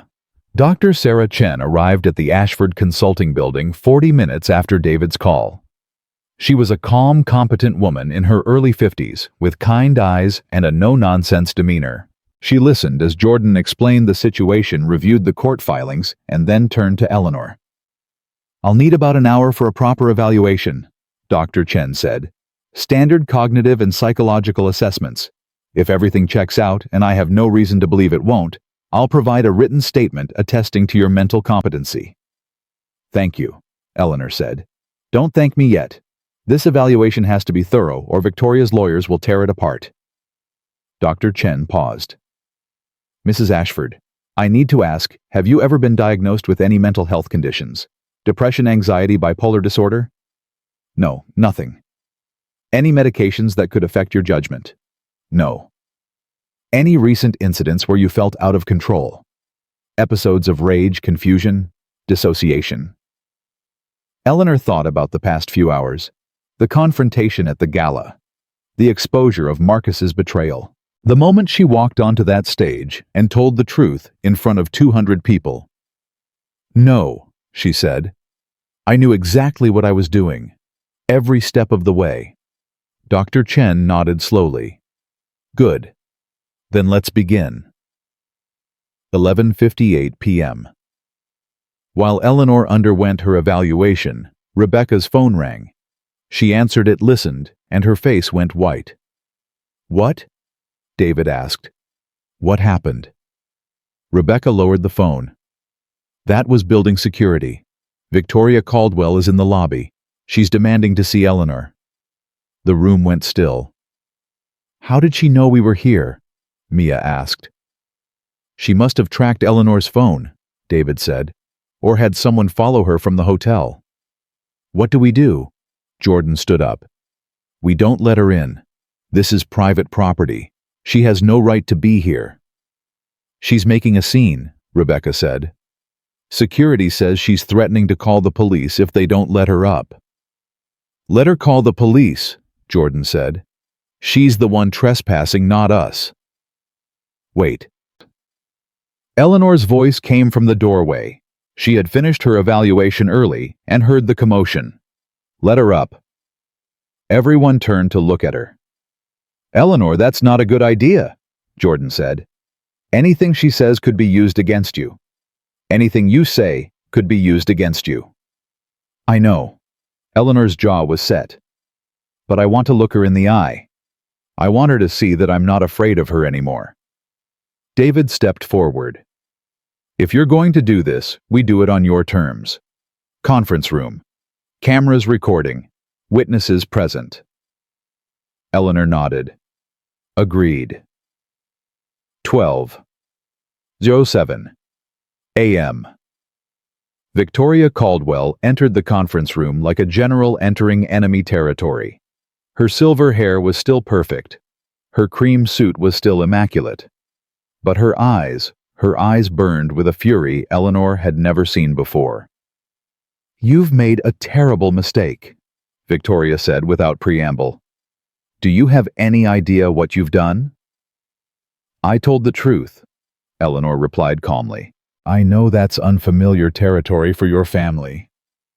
Victoria's lips pressed into a thin line. You humiliated my son in front of everyone we know. You destroyed his reputation, his career, his future. Marcus destroyed himself. I just made sure people knew about it. You think you've won? Victoria stepped closer, her voice dropping to a hiss. You think this is over? I've been playing this game longer than you've been alive. I've destroyed people far more powerful than you. By the time I'm done, you won't have a company. You won't have a reputation. You won't have anything. Eleanor didn't flinch. Is that a threat? It's a promise. Then let me make you a promise in return. Eleanor stood up, matching Victoria's gaze. I know about Catherine Wells. Victoria's face went slack. I know what you did to her. Eleanor continued. I know how your family destroyed her. And I know she's been gathering evidence against you for 20 years. Victoria's composure cracked. Just for a second. Just enough. You're bluffing, she said. Catherine disappeared years ago. She's nobody. She's not nobody. She's been watching you, waiting. And tonight she gave me everything she has. Eleanor smiled coldly. Financial records, witness statements, evidence of fraud, manipulation, and misconduct going back decades. If you want to go to war with me, Victoria, I'm ready. But I promise you, you won't like how it ends. Victoria stood frozen. Her hands were trembling. Get out of my building, Eleanor said quietly. And if you ever threaten me again, I will release every document Catherine gave me, every secret, every crime, everything you've spent 30 years trying to hide. Victoria's jaw worked. No sound came out. David, Eleanor said. Please escort Mrs. Caldwell to the lobby. David stepped forward. Victoria looked at Eleanor one last time, a look of pure, undiluted hatred, and then turned and walked out. The door closed behind her. The room exhaled. 12:23 a.m. That was incredible, Mia whispered. I've never seen anyone handle Victoria like that. She's not done, Eleanor said. Women like Victoria don't give up. They regroup. But you have leverage now, Jordan said. Real leverage. If Catherine's evidence is as extensive as you're suggesting, Victoria won't risk a full confrontation. Eleanor nodded slowly. We need to verify everything Catherine sent us. Make copies, store them in multiple secure locations. If anything happens to me if I disappear or have an accident, I want those documents released automatically. Understood, David said. I'll set up a dead man's switch tonight. Eleanor's phone buzzed. Catherine. I saw her leave. You handled that perfectly. She's scared now. For the first time in her life, Victoria Caldwell is afraid of someone other than herself. Eleanor typed back, Thank you for the warning, and for everything else. I told you don't thank me yet. There's still one more thing you need to know. Eleanor frowned. What? Vanessa isn't just Marcus's mistress. She's Victoria's niece. 12:31. Eleanor stared at the message. Vanessa Blake was Victoria's niece. She typed back frantically. That's not possible. Vanessa's last name is Blake. Victoria's maiden name is Hartwell, Catherine replied. Vanessa Blake's mother was Patricia Hartwell, Victoria's younger sister. Patricia died when Vanessa was 12. Victoria raised her, paid for her education, groomed her for exactly this purpose. Eleanor's mind reeled. This wasn't just an affair.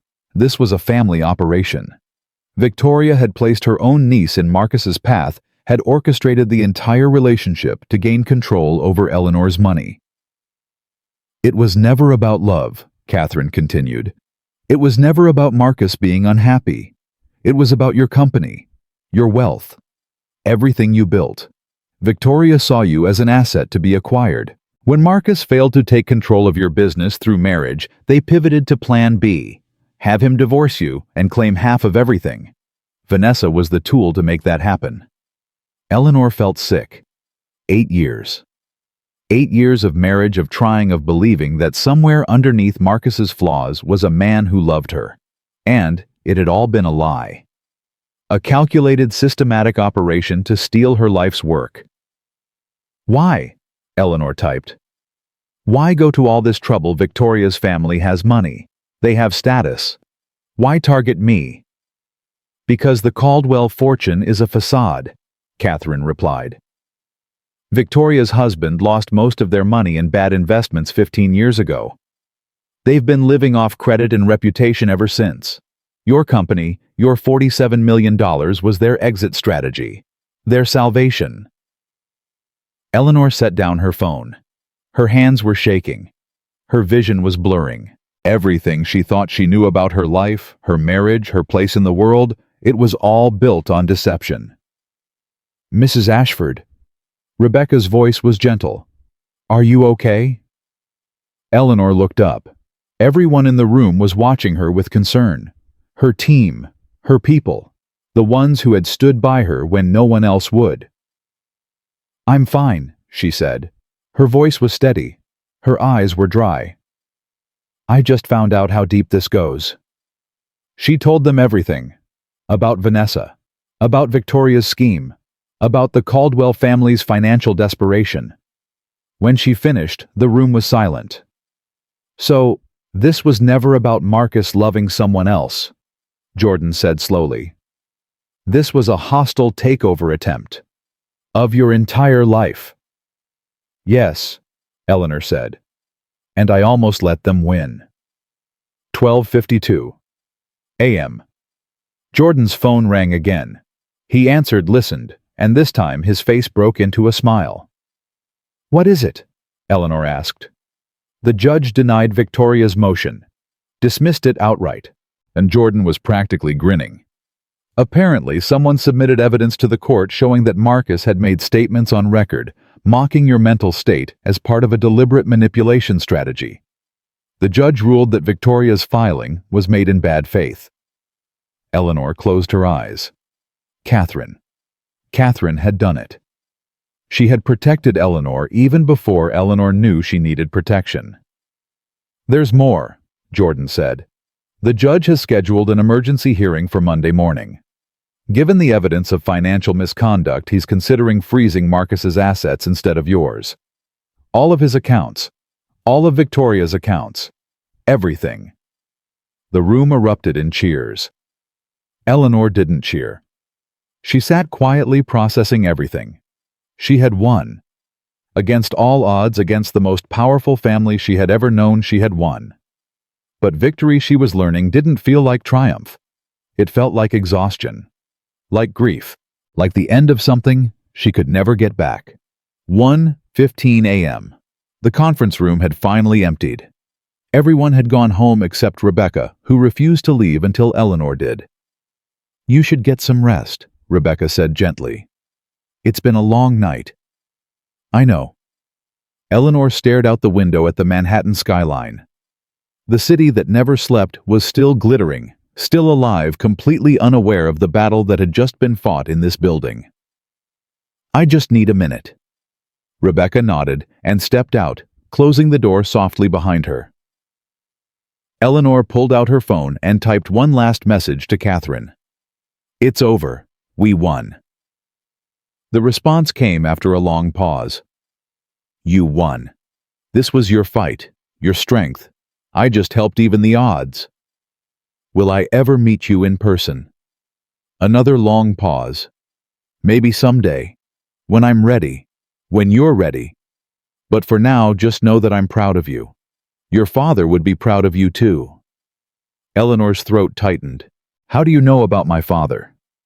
"I did my research. James Ashford was a good man. He built something meaningful, and you've protected it. That's rare. That's special." Eleanor felt tears finally spill down her cheeks. The first tears she had allowed herself all night. "Thank you," she typed, "for believing in me, for fighting for me, for giving me the courage to fight for myself." "That's what women do for each other," Catherine replied. "We survive. We remember. And when the time is right, we make sure the people who hurt us can never hurt anyone else again." Eleanor read the message 3 times. Then she put down her phone, wiped her tears, and stood up. The night was over. The battle was won. But the war was just beginning. And Eleanor Ashford was ready for whatever came next. 1:45 a.m. Eleanor stepped out of the Ashford Consulting Building into the cool night air. The streets were quiet now. The chaos of the evening had faded into the ordinary stillness of a Manhattan night. Somewhere in the distance, a siren wailed. A taxi honked. Life went on. She had nowhere to go. She couldn't go back to the apartment she had shared with Marcus. Not tonight, maybe not ever. That place was contaminated now, poisoned by memories of lies and betrayal. Her phone buzzed. "Rebecca, I booked you a suite at the Four Seasons, under your maiden name. Security will meet you at the entrance. Get some sleep. We'll handle everything else in the morning." Eleanor smiled faintly. She had built more than a company. She had built a family, a team of people who showed up when it mattered, who fought alongside her when the world turned hostile. She hailed a cab and gave the driver the address. As the city blurred past her window, she thought about everything she had lost tonight. Her marriage. Her innocence. Her belief that love could protect her from the world. But she also thought about everything she had gained. Her freedom. Her truth. Her voice. For 8 years, she had been Eleanor Caldwell, a shadow, a footnote, a woman who existed only in relation to her husband. Tonight, she had become Eleanor Ashford again, and Eleanor Ashford answered to no one. 6:47 a.m. Sunday. Eleanor woke to the sound of her phone exploding with notifications. She had slept for less than 4 hours. Her body ached. Her eyes burned. But the moment she saw the screen, sleep became impossible. 47 missed calls. 312 text messages. Her email inbox showed over 2,000 unread messages. She grabbed her phone and opened the first news alert. Billionaire CEO exposes cheating husband at family gala, video goes viral. The next one. Eleanor Ashford, the woman who brought down Manhattan's most prestigious family. And another. Caldwell family in crisis as fraud allegations surface. Eleanor's hands trembled as she scrolled through headline after headline. The video of her speech had been viewed over 4 million times overnight. News outlets from CNN to Fox to BBC were running the story. Her face was everywhere. Her phone rang. Rebecca. Are you seeing this? Rebecca's voice was breathless. Every major network wants an interview. Good Morning America Today Show. CBS Morning. They're all calling. What do you want me to tell them? Nothing yet, Eleanor said. I need to think. Eleanor, you need to get ahead of this. Victoria's interview is scheduled for 6 a.m. on Channel 7. She's probably on air right now. Eleanor grabbed the remote and turned on the television. Victoria Caldwell's face filled the screen. She looked perfect, composed, sympathetic. Her silver hair was immaculately styled. Her eyes glistened with what appeared to be tears. My son is devastated, Victoria was saying. Eleanor has always been troubled. We've tried to help her over the years, but her mental health issues made it impossible to reach her. The interviewer nodded sympathetically. So, you're saying the allegations she made last night were false? Completely fabricated. Victoria dabbed at her eyes with a handkerchief. Marcus loves his wife. He would never cheat on her. This Vanessa Blake person, she's simply a business colleague. Eleanor's paranoia turned an innocent professional relationship into something sinister. Eleanor felt her blood boil. What about the financial records? The interviewer pressed. The hotel receipts, the jewelry purchases. Doctored, Victoria said firmly. Eleanor has access to sophisticated technology through her company. It wouldn't be difficult for someone with her resources to fabricate evidence. Eleanor threw her phone across the bed. She's lying. She's on national television lying through her teeth, and people are believing her. Her phone buzzed from where it landed. Catherine. Don't panic. I expected this. Turn to Channel 4, now. Eleanor switched channels. A different morning show. A different interview. But this time the person on screen wasn't Victoria Caldwell. It was Vanessa Blake. 7:02 a.m. Vanessa looked nothing like the confident woman Eleanor had met at the bar the night before. Her makeup was smudged. Her hair was disheveled. She was wearing what appeared to be the same red dress from the gala, now wrinkled and stained. I need to tell the truth, Vanessa was saying, her voice cracking. I can't let Victoria control this narrative anymore. The interviewer leaned forward. What truth, Ms. Blake? Victoria Caldwell is my aunt. She raised me after my mother died. Vanessa's voice trembled. She introduced me to Marcus 3 years ago.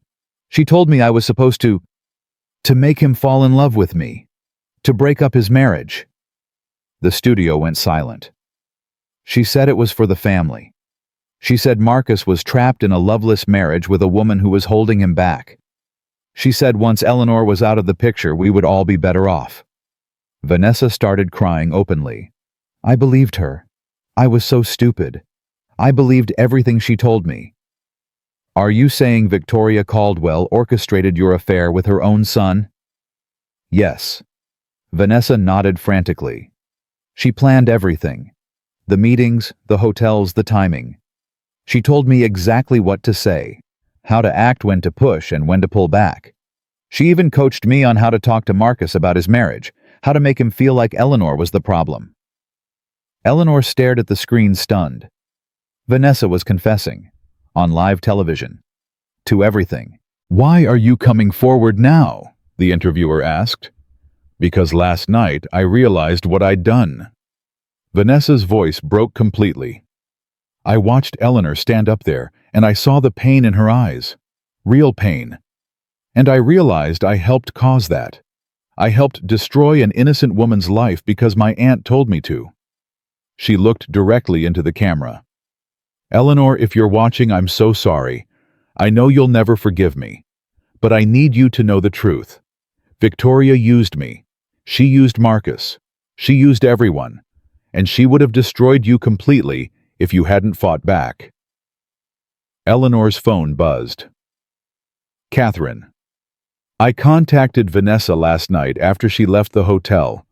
I showed her the evidence I had on Victoria evidence that would have implicated Vanessa in criminal fraud. She had a choice: confess publicly and accept responsibility, or go down with Victoria. She chose confession. Eleanor typed back, "You turned Victoria's own weapon against her." Catherine. I learned from the best. Victoria taught me that family means nothing when money is involved. Now she's learning that lesson herself. 7:18 a.m. Eleanor's hotel room phone rang.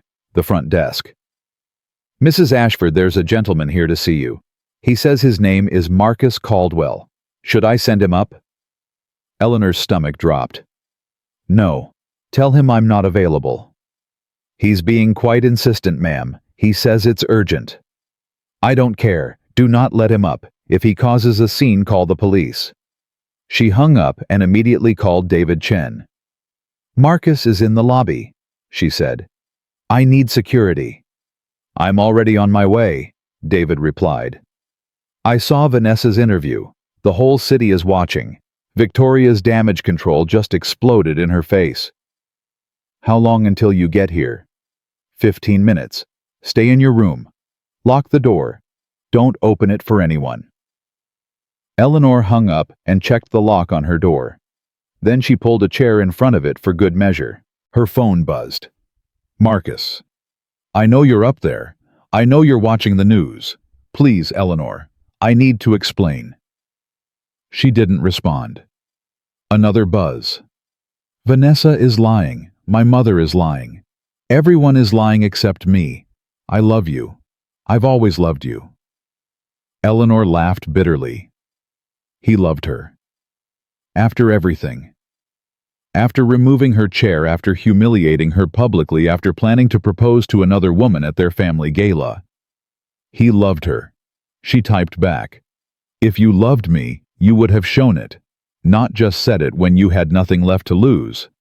His response was immediate. I made mistakes. Terrible mistakes. But I can change. We can start over. Please just give me a chance. The time for chances was 8 years ago. Goodbye, Marcus. She blocked his number. 7:34 a.m. The next 2 hours were chaos. David arrived with a security team and stationed guards outside Eleanor's door and in the lobby. Rebecca came with coffee and a detailed media strategy. Jordan called with updates on the legal situation. The emergency hearing was still scheduled for Monday morning, but given Vanessa's confession, their position had strengthened dramatically. Victoria's lawyers are scrambling, Jordan said. They tried to withdraw the competency motion this morning, but the judge refused. He wants to address it formally at the hearing tomorrow. What does that mean for us? Eleanor asked. It means Victoria has to stand in front of a judge and explain why she filed a motion based on what is now demonstrably false information. At minimum, she's looking at sanctions.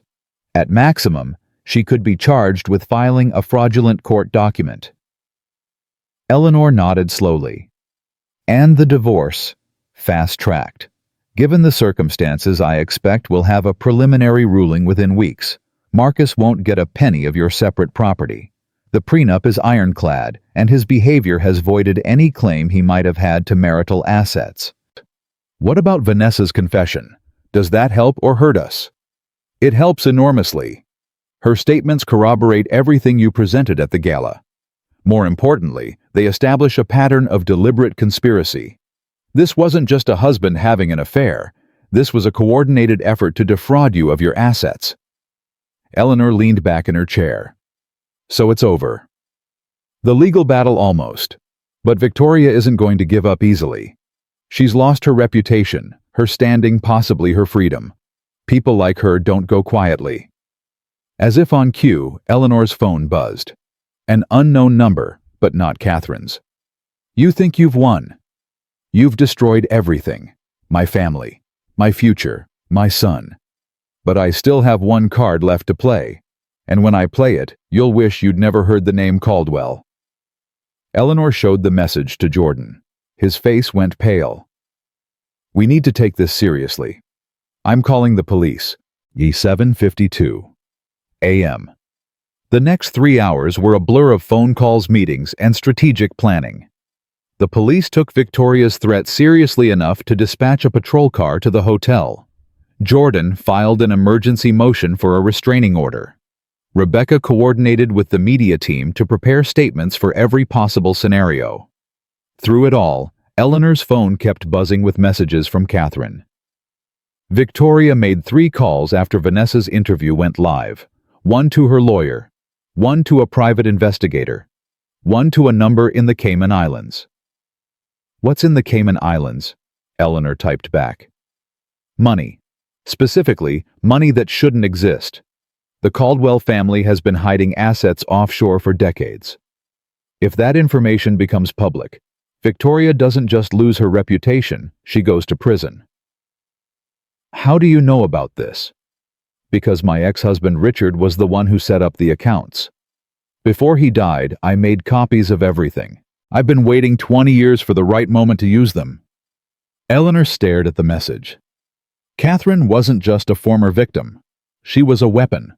A time bomb that had been ticking for 2 decades, waiting to explode. What do you want me to do? Eleanor typed. Nothing yet. Let the hearing play out tomorrow. If Victoria behaves herself, I'll keep the offshore accounts quiet. But if she tries anything at all, I'll release everything. And then she'll learn what it really feels like to lose everything.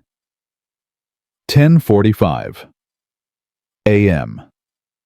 Rebecca knocked on Eleanor's door. You need to see this, she said. There's a woman in the lobby. She says her name is Catherine Wells. She wants to meet you. Eleanor's heart stopped. Catherine. The woman behind the messages. The woman who had been helping her all night. The woman she had never met. Send her up, Eleanor said. 5 minutes later, there was a knock at the door. Eleanor opened it. The woman standing in the hallway was in her early 60s. Silver hair like Victoria's, but softer. Kind eyes crinkled at the corners from years of pain and wisdom. She was dressed simply, a navy blue dress, sensible shoes, no jewelry. Eleanor, she said. Her voice was warm. It's nice to finally meet you in person. Catherine. Eleanor stepped aside. Please, come in. Catherine entered the room and looked around slowly. Her eyes lingered on the stack of newspapers on the table, the laptop open to news coverage, the empty coffee cups scattered across every surface. You've been busy, she said. Thanks to you. Eleanor gestured to a chair. Please sit. I have so many questions. Catherine sat down with the careful movements of someone who had learned to conserve her strength. I'm sure you do. Ask me anything. Why? Eleanor said. Why did you help me? You don't know me. We've never met. Why risk everything to help a stranger? Catherine was quiet for a moment. Because I was you, she said finally. 30 years ago, I was exactly where you were. Married to a Caldwell, invisible, dismissed, used. Her voice hardened. And when I tried to fight back, they destroyed me. Victoria, her brother Richard, their entire family. They closed ranks and crushed me like an insect. What happened? I lost everything. My money, my home, my reputation. Catherine's voice cracked. My daughter. They convinced the courts I was an unfit mother. They used every dirty trick in the book, fabricated evidence, paid witnesses, bribed judges. By the time they were done, I had nothing. Eleanor felt tears sting her eyes. I'm so sorry. I spent 20 years rebuilding myself. 20 years gathering evidence. 20 years waiting for someone strong enough to take them down. Catherine looked at Eleanor with fierce pride. And then I found you. How? I've been monitoring the family for years. I have sources inside their businesses, their social circles, even their household staff. When I heard about Marcus's affair, I started digging. When I realized you owned Ashford Consulting, I knew you had the resources to fight back. She paused. And when I watched how you handled yourself last night, the courage, the composure, the absolute refusal to be a victim, I knew I'd been right about you. Eleanor didn't know what to say. You reminded me of myself, Catherine continued. The person I was before they broke me. The person I always wished I could be again. She reached across and took Eleanor's hand. You gave me hope, Eleanor. You showed me that it's possible to win against these people. That's why I helped you. Not for revenge, for hope. 11:23 a.m. Eleanor's phone rang. Jordan. We have a problem, he said. Victoria's lawyer just filed a motion to postpone tomorrow's hearing. They're claiming new evidence has come to light that requires additional time to review. What new evidence? I don't know. The motion doesn't specify, but based on her threat this morning, I'm guessing it's something designed to damage you. Eleanor looked at Catherine. She's planning something. Catherine nodded slowly. The offshore accounts. She's going to try to claim you have hidden assets that you've been defrauding Marcus, just like she's been defrauding the government. That's ridiculous. I've never hidden a penny. It doesn't matter if it's true. It matters if she can create enough doubt to delay the proceedings. Catherine stood up. I need to make some calls. If Victoria wants to play dirty, I can play dirtier. What are you going to do? Release the information about the Cayman accounts. Not to the courts, to the press. By tonight, every news outlet in the country will be reporting on the Caldwell family's tax fraud. Victoria will be so busy defending herself she won't have time to attack you. Eleanor hesitated. Are you sure if you do this there's no going back? Victoria will know you're behind it. Catherine's smile was cold. I've been hiding from that family for 20 years. I'm done hiding. She walked toward the door, then paused. Eleanor, whatever happens next, thank you. You've given me something I thought I'd lost forever. What's that? My courage. She left. Eleanor stood alone in the hotel room, her mind racing. The game had changed. What started as a confrontation between a wife and her cheating husband had become something much larger. A war between two families, a battle that had been brewing for 30 years, and Eleanor was right in the middle of it. 12:15 p.m. The afternoon brought a brief calm. Rebecca ordered lunch. David maintained the security perimeter. Jordan prepared for every possible scenario at tomorrow's hearing. Eleanor sat by the window, watching the city below, trying to process everything that had happened in the last 18 hours.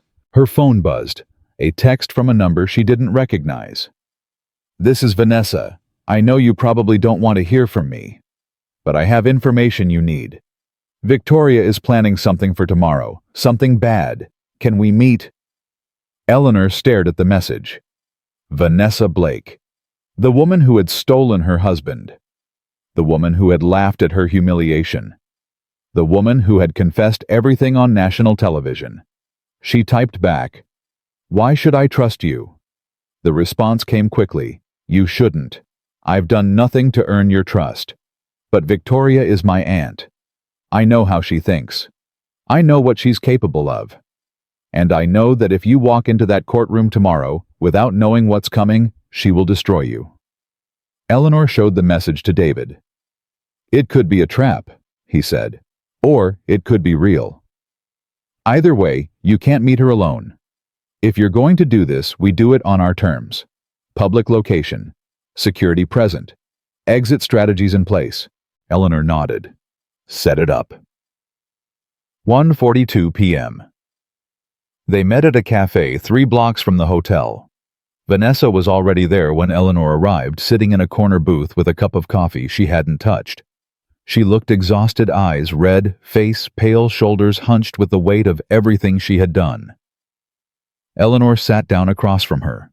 For a long moment, neither woman spoke. "I don't expect you to forgive me," Vanessa said finally. "I don't deserve forgiveness. What I did to you, what I helped do to you, was unforgivable." "Then why am I here?"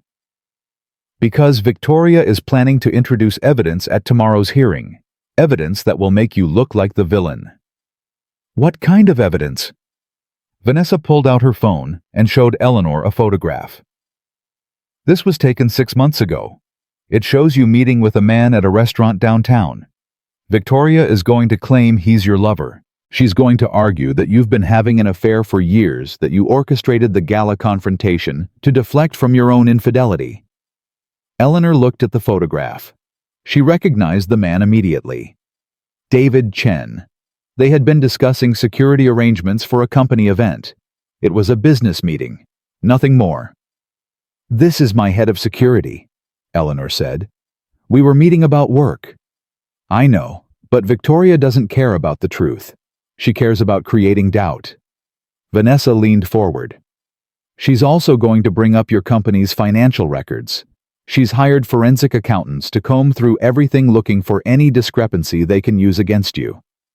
"My books are clean. There's nothing to find." "Maybe. But Victoria is very good at making something out of nothing. She did it to me my whole life." Vanessa's voice cracked. "She made me believe I was doing the right thing. She made me believe Marcus loved me. She made me believe you were this horrible person who deserved to be hurt. And now I know the truth. Victoria doesn't love anyone. Not me, not Marcus, not anyone. She only loves power. And she'll destroy anyone who threatens it, including her own family." Eleanor studied Vanessa's face. The guilt, the fear, the desperate need for redemption. "Why are you really here?" Eleanor asked. "What do you want from me?" Vanessa's eyes filled with tears. "I want to help you stop her. Not because I expect anything in return. Not because I think it will make up for what I've done. But because she has to be stopped. If you don't take her down, she'll just do this to someone else. Some other woman. Some other family. The cycle will never end." "How can you help?" "I have recordings, conversations with Victoria where she explicitly discussed the plan to steal your assets. I recorded them as insurance. I always knew she might turn on me eventually." Vanessa pulled out a USB drive. "Everything is on here. Every strategy session. Every instruction. Every piece of evidence you need to prove she orchestrated everything." Eleanor took the drive. "Why didn't you give this to the police?" "Because I'm on those recordings too. If they come out, I go to prison along with Victoria." Vanessa's voice steadied. "But I've decided I don't care anymore. I'd rather face the consequences of what I've done than let her get away with it." Eleanor looked at the drive in her hand. This was it. The final piece of the puzzle. The evidence that would destroy Victoria Caldwell completely. "Thank you," Eleanor said quietly.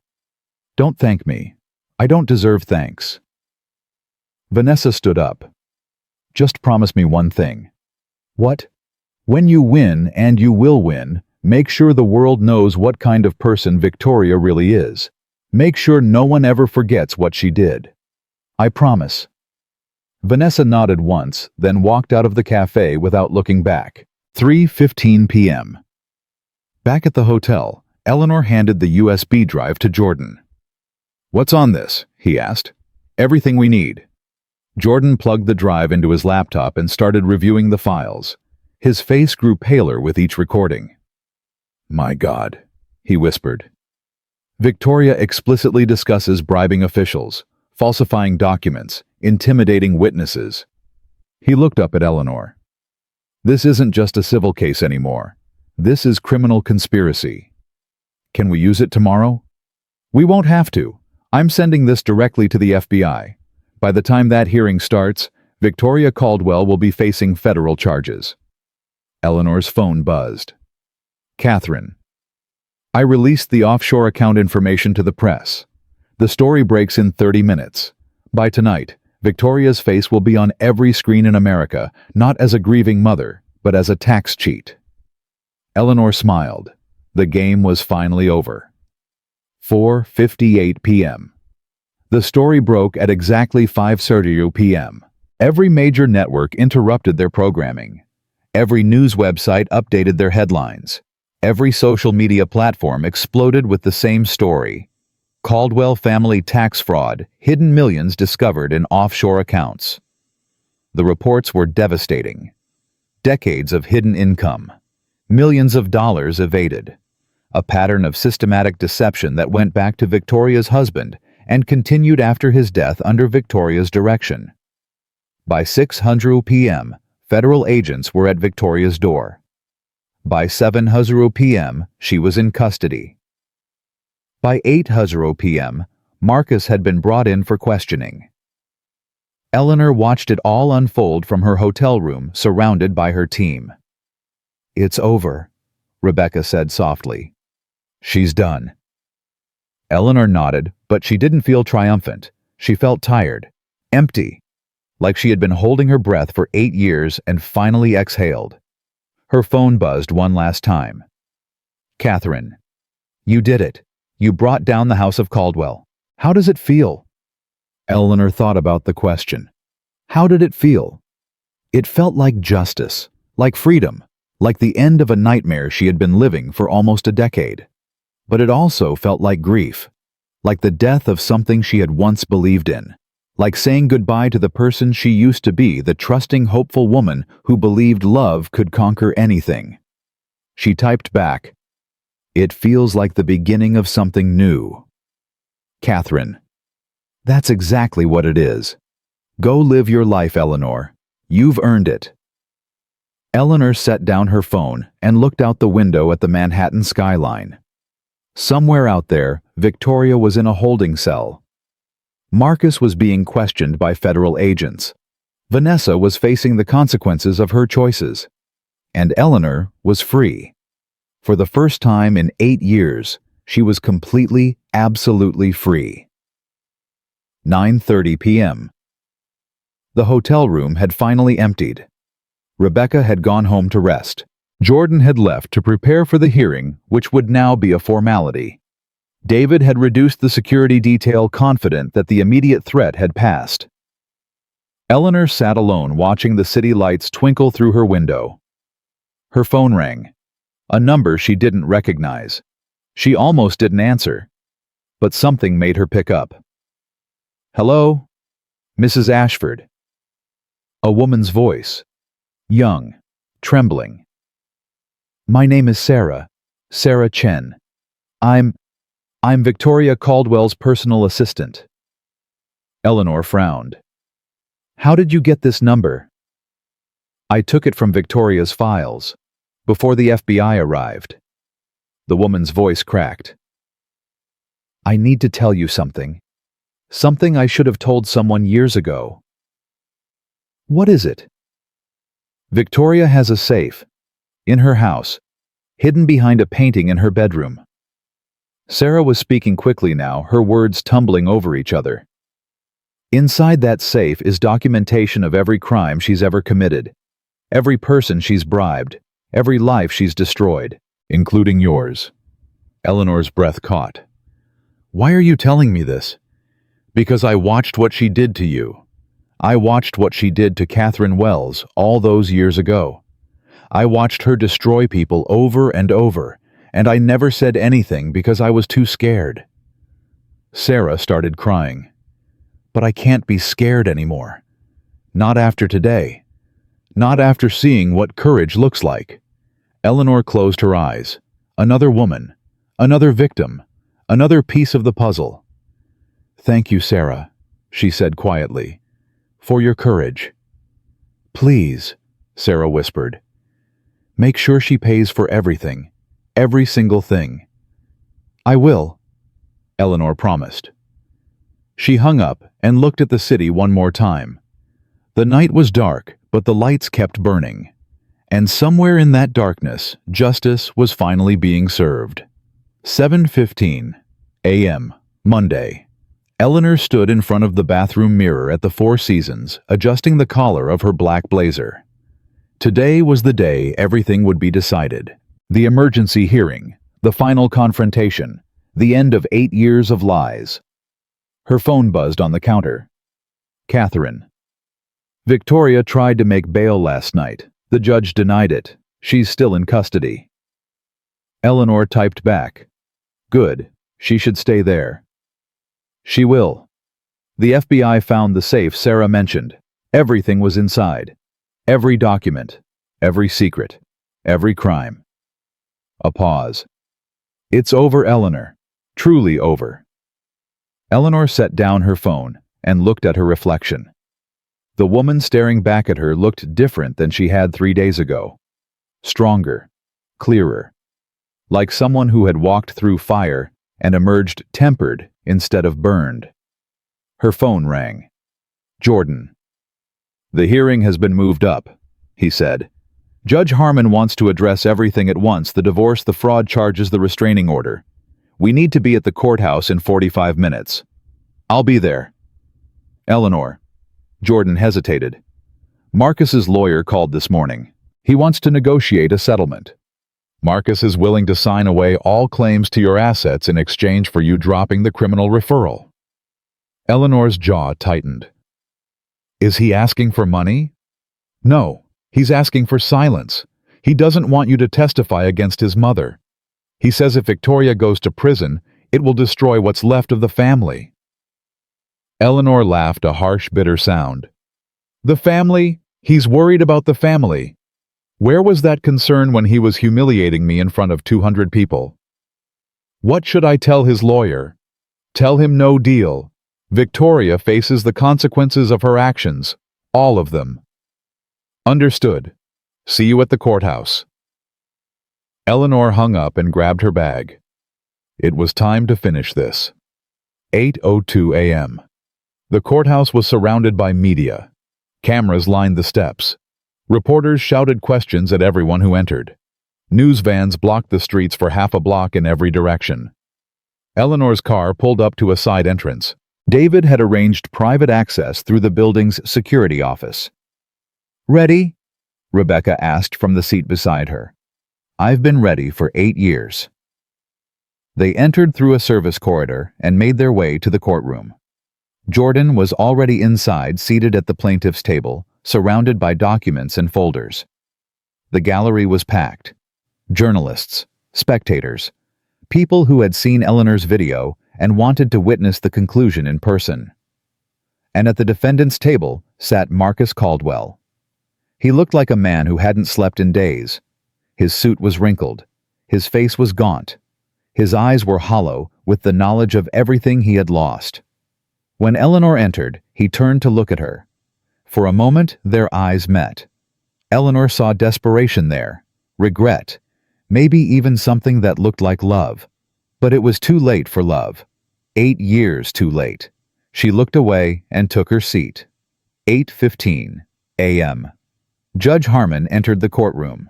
He was in his early 60s with sharp eyes and a reputation for no-nonsense rulings.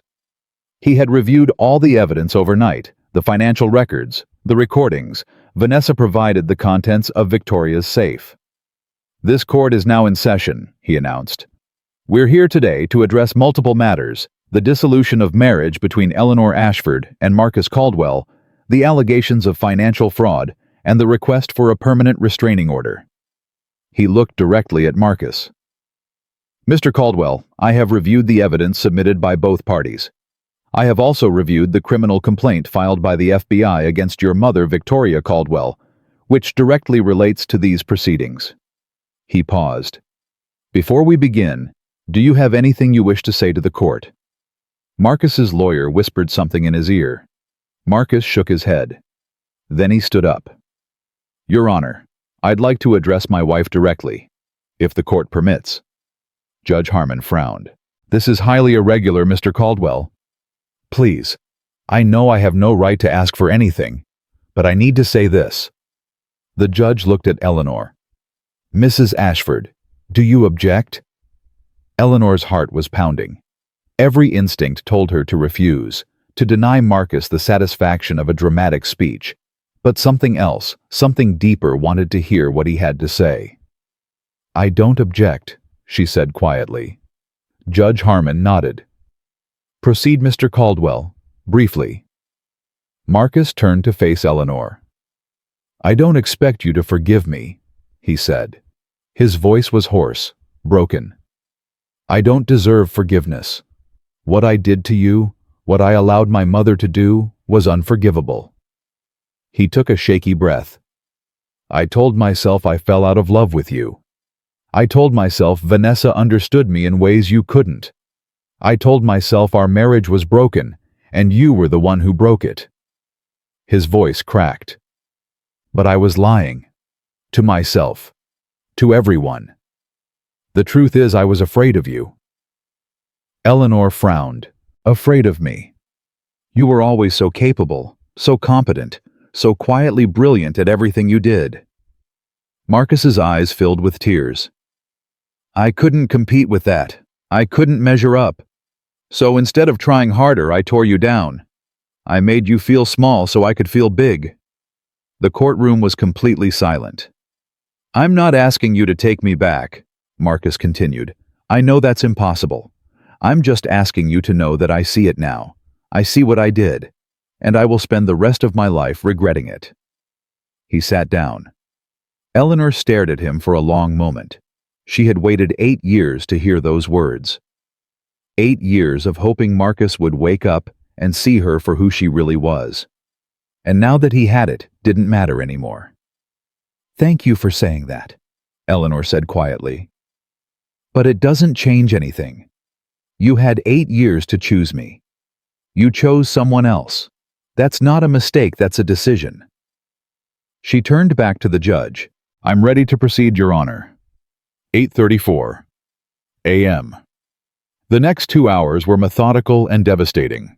Jordan presented the evidence systematically. The financial records showing Marcus's misuse of company funds.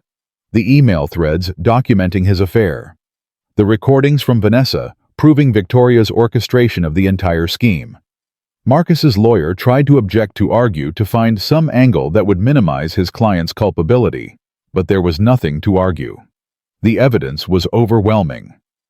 At 9:45 a.m., Judge Harmon delivered his preliminary ruling. "Based on the evidence presented, I find that Marcus Caldwell engaged in systematic financial fraud against his wife's company. I further find that this fraud was conducted in coordination with his mother, Victoria Caldwell, as part of a deliberate scheme to gain control of marital assets." He looked at Marcus with undisguised contempt. "The court grants Eleanor Ashford's petition for divorce on grounds of adultery and fraud. All marital assets will be divided according to the prenuptial agreement, with Mr. Caldwell receiving no claim to Mrs. Ashford's separate property, including her ownership stake in Ashford Consulting Group." Eleanor felt relief wash through her like warm water. "Furthermore," the judge continued, "the court grants a permanent restraining order prohibiting Mr. Caldwell and Victoria Caldwell from contacting Mrs. Ashford, or approaching her residence workplace, or any company-related properties."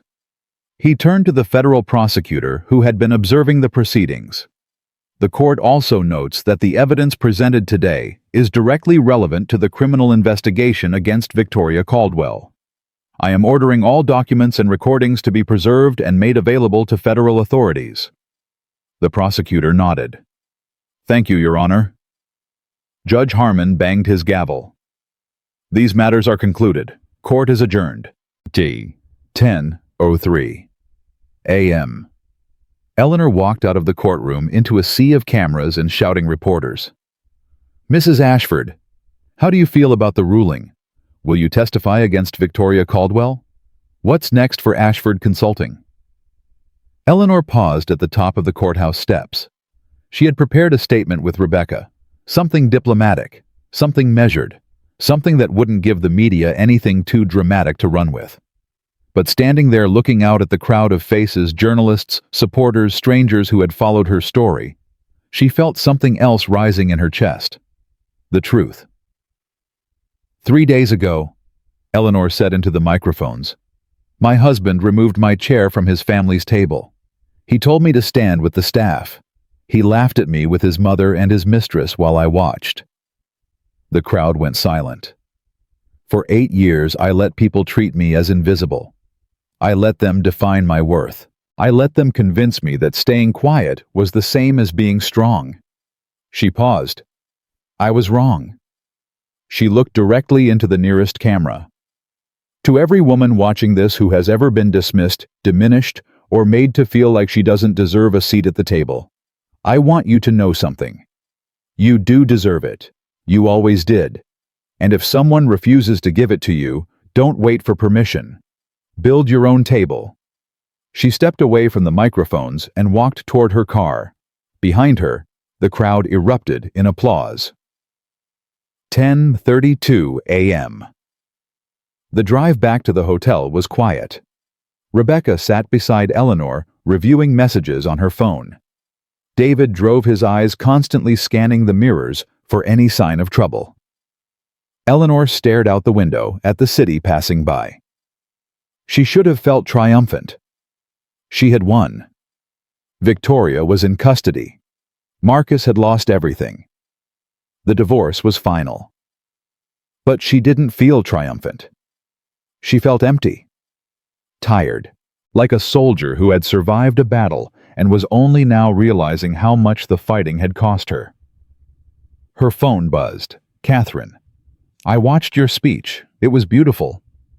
Eleanor typed back, thank you for everything. I mean it.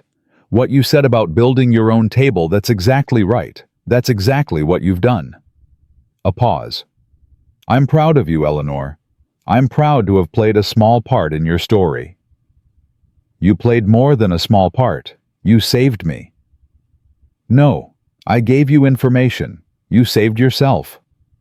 Another pause. I'm leaving the city tonight, going somewhere quiet, somewhere I can finally rest. Eleanor's throat tightened. Will I ever see you again? Maybe. Someday. When we've both had time to heal. A final message. Live your life, Eleanor.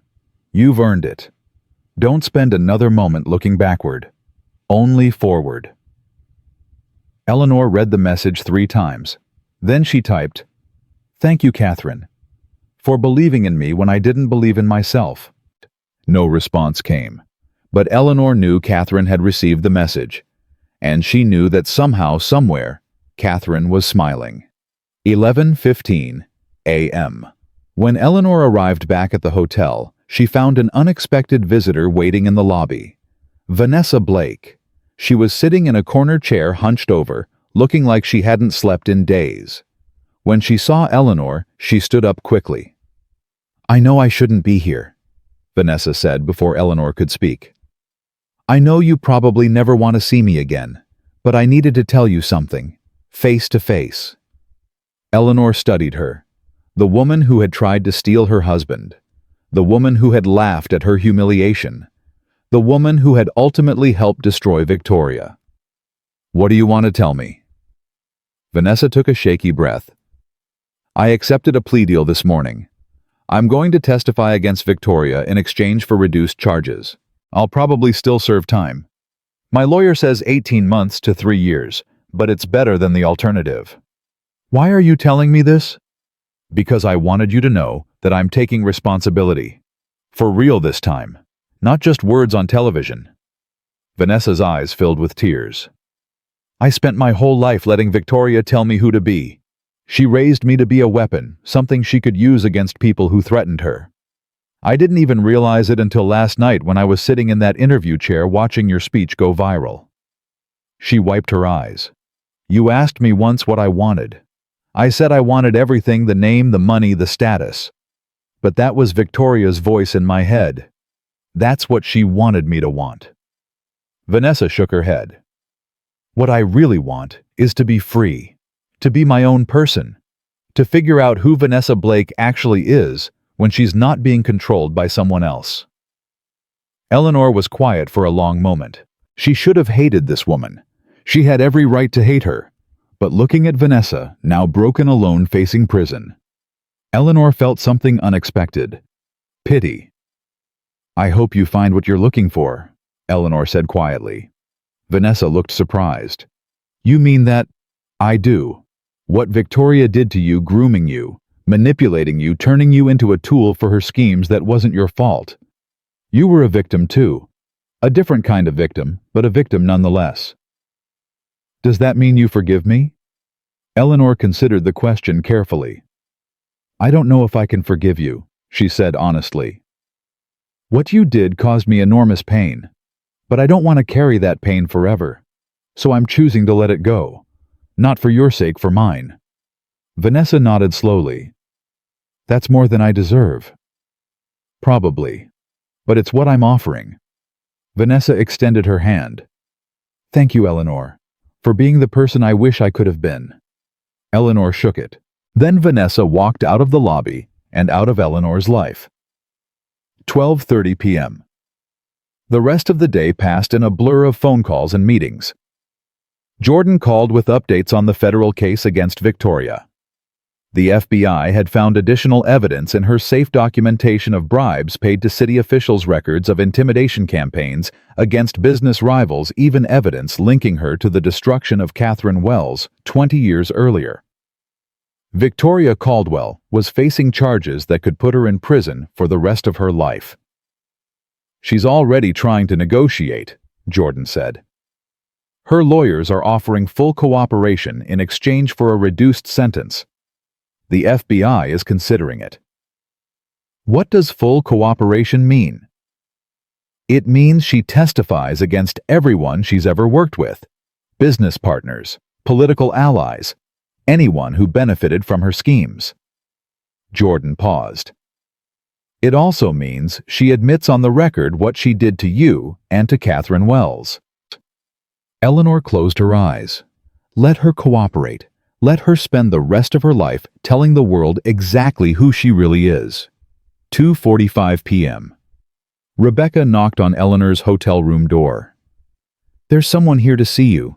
She says her name is Sarah Chen, Victoria's former assistant. Eleanor remembered the phone call from the night before, the woman who had told her about the safe. Send her up. 5 minutes later, Sarah Chen sat across from Eleanor in the hotel suite. She was younger than Eleanor expected, late 20s, with nervous eyes and fidgeting hands. She looked like someone who had been carrying a heavy secret for too long. I wanted to thank you, Sarah said, for doing what I was too afraid to do. You helped, Eleanor replied. The information about the safe that made a difference. I should have said something years ago. I watched Victoria destroy people. I watched her manipulate Marcus. I watched her plan your downfall. Sarah's voice cracked. I kept telling myself it wasn't my business, that I was just an assistant, that it wasn't my place to interfere. Why are you here now? Because I want to do better. I want to help fix some of the damage I helped cause. Sarah pulled out a folder. I've been compiling information on everyone Victoria worked with. Business partners, lawyers, accountants who helped her hide money. I want to give it to the FBI, but I'm scared. Scared of what? Of retaliation, of being blamed, of going to prison myself. Sarah's hands were shaking. I didn't commit any crimes, I just witnessed them, but I'm terrified that I'll be punished for not speaking up sooner. Eleanor looked at the folder in Sarah's hands. This woman had spent years in Victoria's shadow, too afraid to speak, too paralyzed to act. Just like Eleanor had spent years in Marcus's shadow. I'll connect you with my lawyer, Eleanor said. He can help you navigate the process. Give you immunity in exchange for your testimony. Make sure you're protected. Sarah's eyes filled with tears. You would do that after everything. We all have to start somewhere. You're starting now. That's what matters. Sarah reached across and squeezed Eleanor's hand. Thank you. You have no idea what this means to me. Actually, Eleanor said softly, I think I do. 4:15 p.m. Late that afternoon, Eleanor received an unexpected phone call. The number was blocked, but something made her answer. Hello. Mrs. Ashford, this is Detective Maria Santos with the NYPD. I'm calling to inform you that Victoria Caldwell has requested to speak with you. Eleanor's heart stopped. She wants to speak with me? Why? She says she has something to tell you, something she wants you to hear before she finalizes her cooperation agreement. The detective paused. You're under no obligation to meet with her, but she was very insistent. Eleanor thought about it. She had won. Victoria was in custody. The case was closed. There was no reason to see that woman ever again. But something gnawed at her, something unfinished. I'll do it, she said. But on my terms. My lawyer present, security in the room. That can be arranged. When would you like to come? Now, before I change my mind. 5:30 p.m. The holding facility was cold and impersonal. Eleanor sat in a gray interview room, Jordan beside her, David standing by the door. Across the table was an empty chair. The door opened. Victoria Caldwell shuffled in, wearing orange prison garb, her wrists in handcuffs. Without her silver hair perfectly styled, without her designer clothes, without her air of superiority, she looked like what she truly was. An old woman who had finally run out of schemes. The guard seated her across from Eleanor and stepped back. For a long moment, neither woman spoke. Then Victoria laughed a bitter, hollow sound. You know I underestimated you, she said. For 8 years I watched you fade into the background. I watched you let my son treat you like a doormat.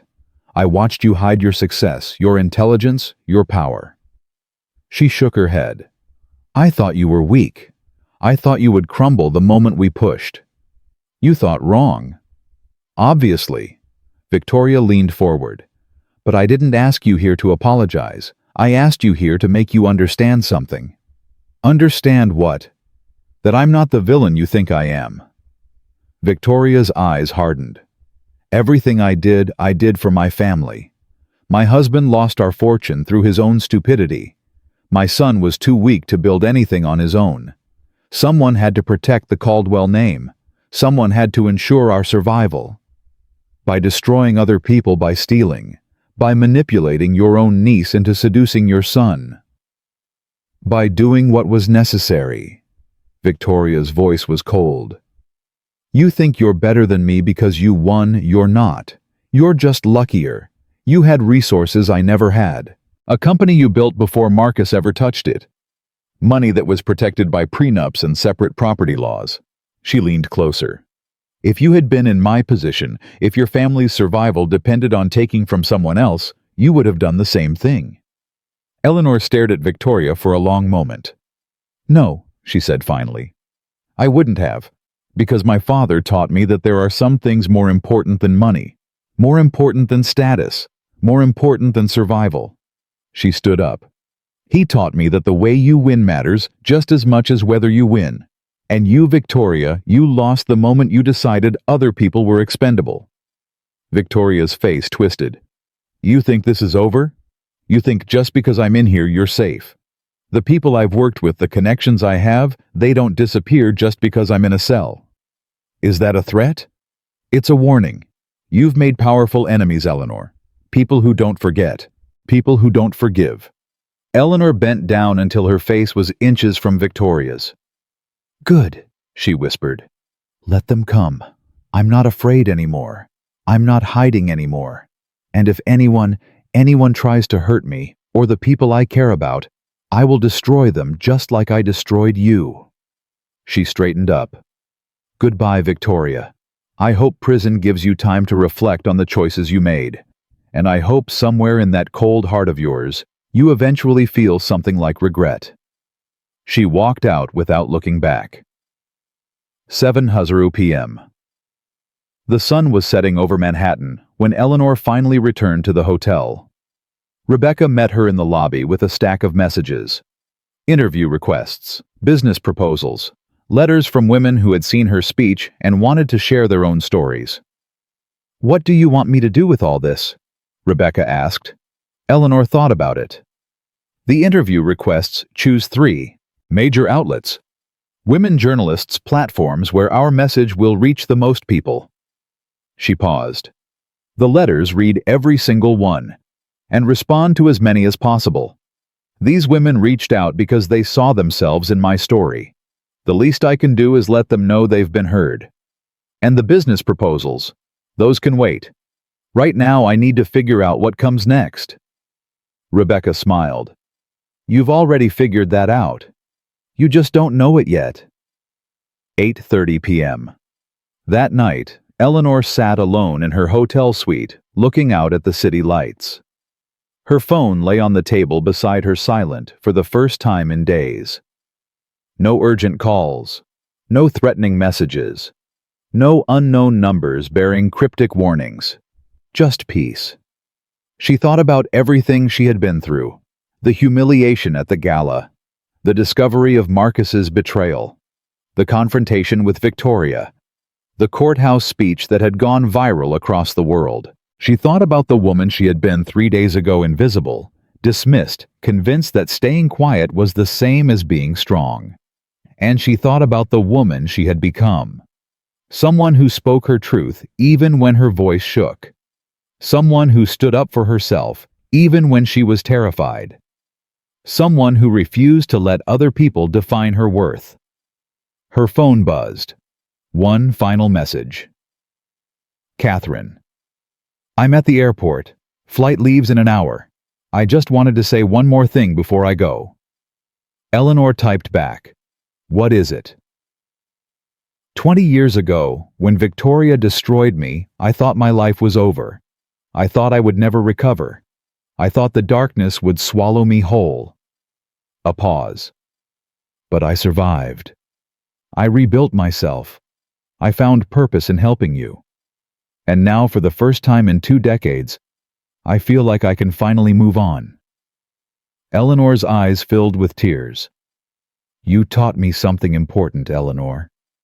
You taught me that it's never too late to fight back. It's never too late to reclaim your life. It's never too late to become the person you were always meant to be. Eleanor typed back. You taught me the same thing. Thank you, Catherine, for everything. Take care of yourself, Eleanor Ashford. The world is watching now.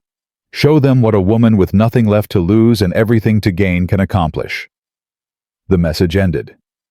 Eleanor set down her phone and looked out at the city one last time. Tomorrow, she would return to her company. She would rebuild her life. She would use her platform to help other women who had been silenced, dismissed, and made to feel invisible. But tonight, she would simply rest. She had earned it. 9:45 p.m. One final knock came at her door. Eleanor opened it to find Rebecca standing there holding a bottle of champagne and 2 glasses.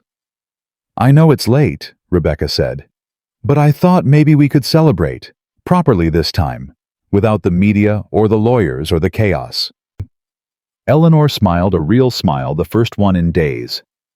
Come in. They sat by the window, watching the city lights, sipping champagne that cost more than Eleanor used to make in a month. Can I ask you something? Rebecca said. Anything. When you walked onto that stage at the gala, when you decided to tell the truth in front of everyone, were you scared? Eleanor considered the question. Terrified, she admitted. I thought I was going to throw up. My hands were shaking so badly I could barely hold the microphone. But you did it anyway. I did it anyway. Eleanor took a sip of champagne. Because I realized something important. The fear of speaking up is almost always worse than the actual consequences of speaking up. I had spent 8 years being afraid of what would happen if I told the truth. And in the end, the truth set me free. Rebecca nodded slowly. Your father would be proud of you. Eleanor felt tears sting her eyes. I hope so. Everything I did, everything I built, it was for him. To honor his memory, to protect his legacy. You did more than protect it. You proved that his faith in you was justified.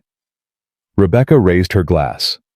To James Ashford, and to his daughter who turned out to be exactly the woman he always knew she could be. Eleanor clinked her glass against Rebecca's. To new beginnings, she said. To new beginnings. 10:30 p.m. After Rebecca left, Eleanor stood at the window one final time. The city sprawled beneath her, millions of lights twinkling like earthbound stars. Somewhere out there, Victoria was in a cell facing the consequences of a lifetime of cruelty. Marcus was alone in an empty apartment, realizing too late what he had lost. Vanessa was preparing to testify, finally breaking free from the woman who had controlled her entire life. And Catherine was on a plane flying toward a future she had spent 20 years fighting for. Eleanor placed her hand against the glass. 3 days ago, she had been invisible, a shadow, a woman who had forgotten her own worth. Tonight, she was Eleanor Ashford, CEO, survivor, a voice for every woman who had ever been told to stay quiet, to stay small, to stay in her place. She had lost her marriage. She had lost the naive belief that love could conquer anything. She had lost 8 years of her life to a man who never deserved her. But she had gained something far more valuable. She had gained herself back. Her phone buzzed one final time. A news alert: Eleanor Ashford, named Time magazine's person to watch for courage in exposing corporate fraud and speaking out against domestic manipulation. Eleanor smiled. She turned off her phone, walked to the bedroom, and lay down on the crisp white sheets. Tomorrow would bring new challenges, new battles, new opportunities to make a difference. But tonight, she would sleep peacefully for the first time in 8 years. Because Eleanor Ashford had finally learned the most important lesson of all. A woman who knows her worth doesn't need anyone's permission to claim her seat at the table. She builds her own table, and she decides who gets to sit there. The end.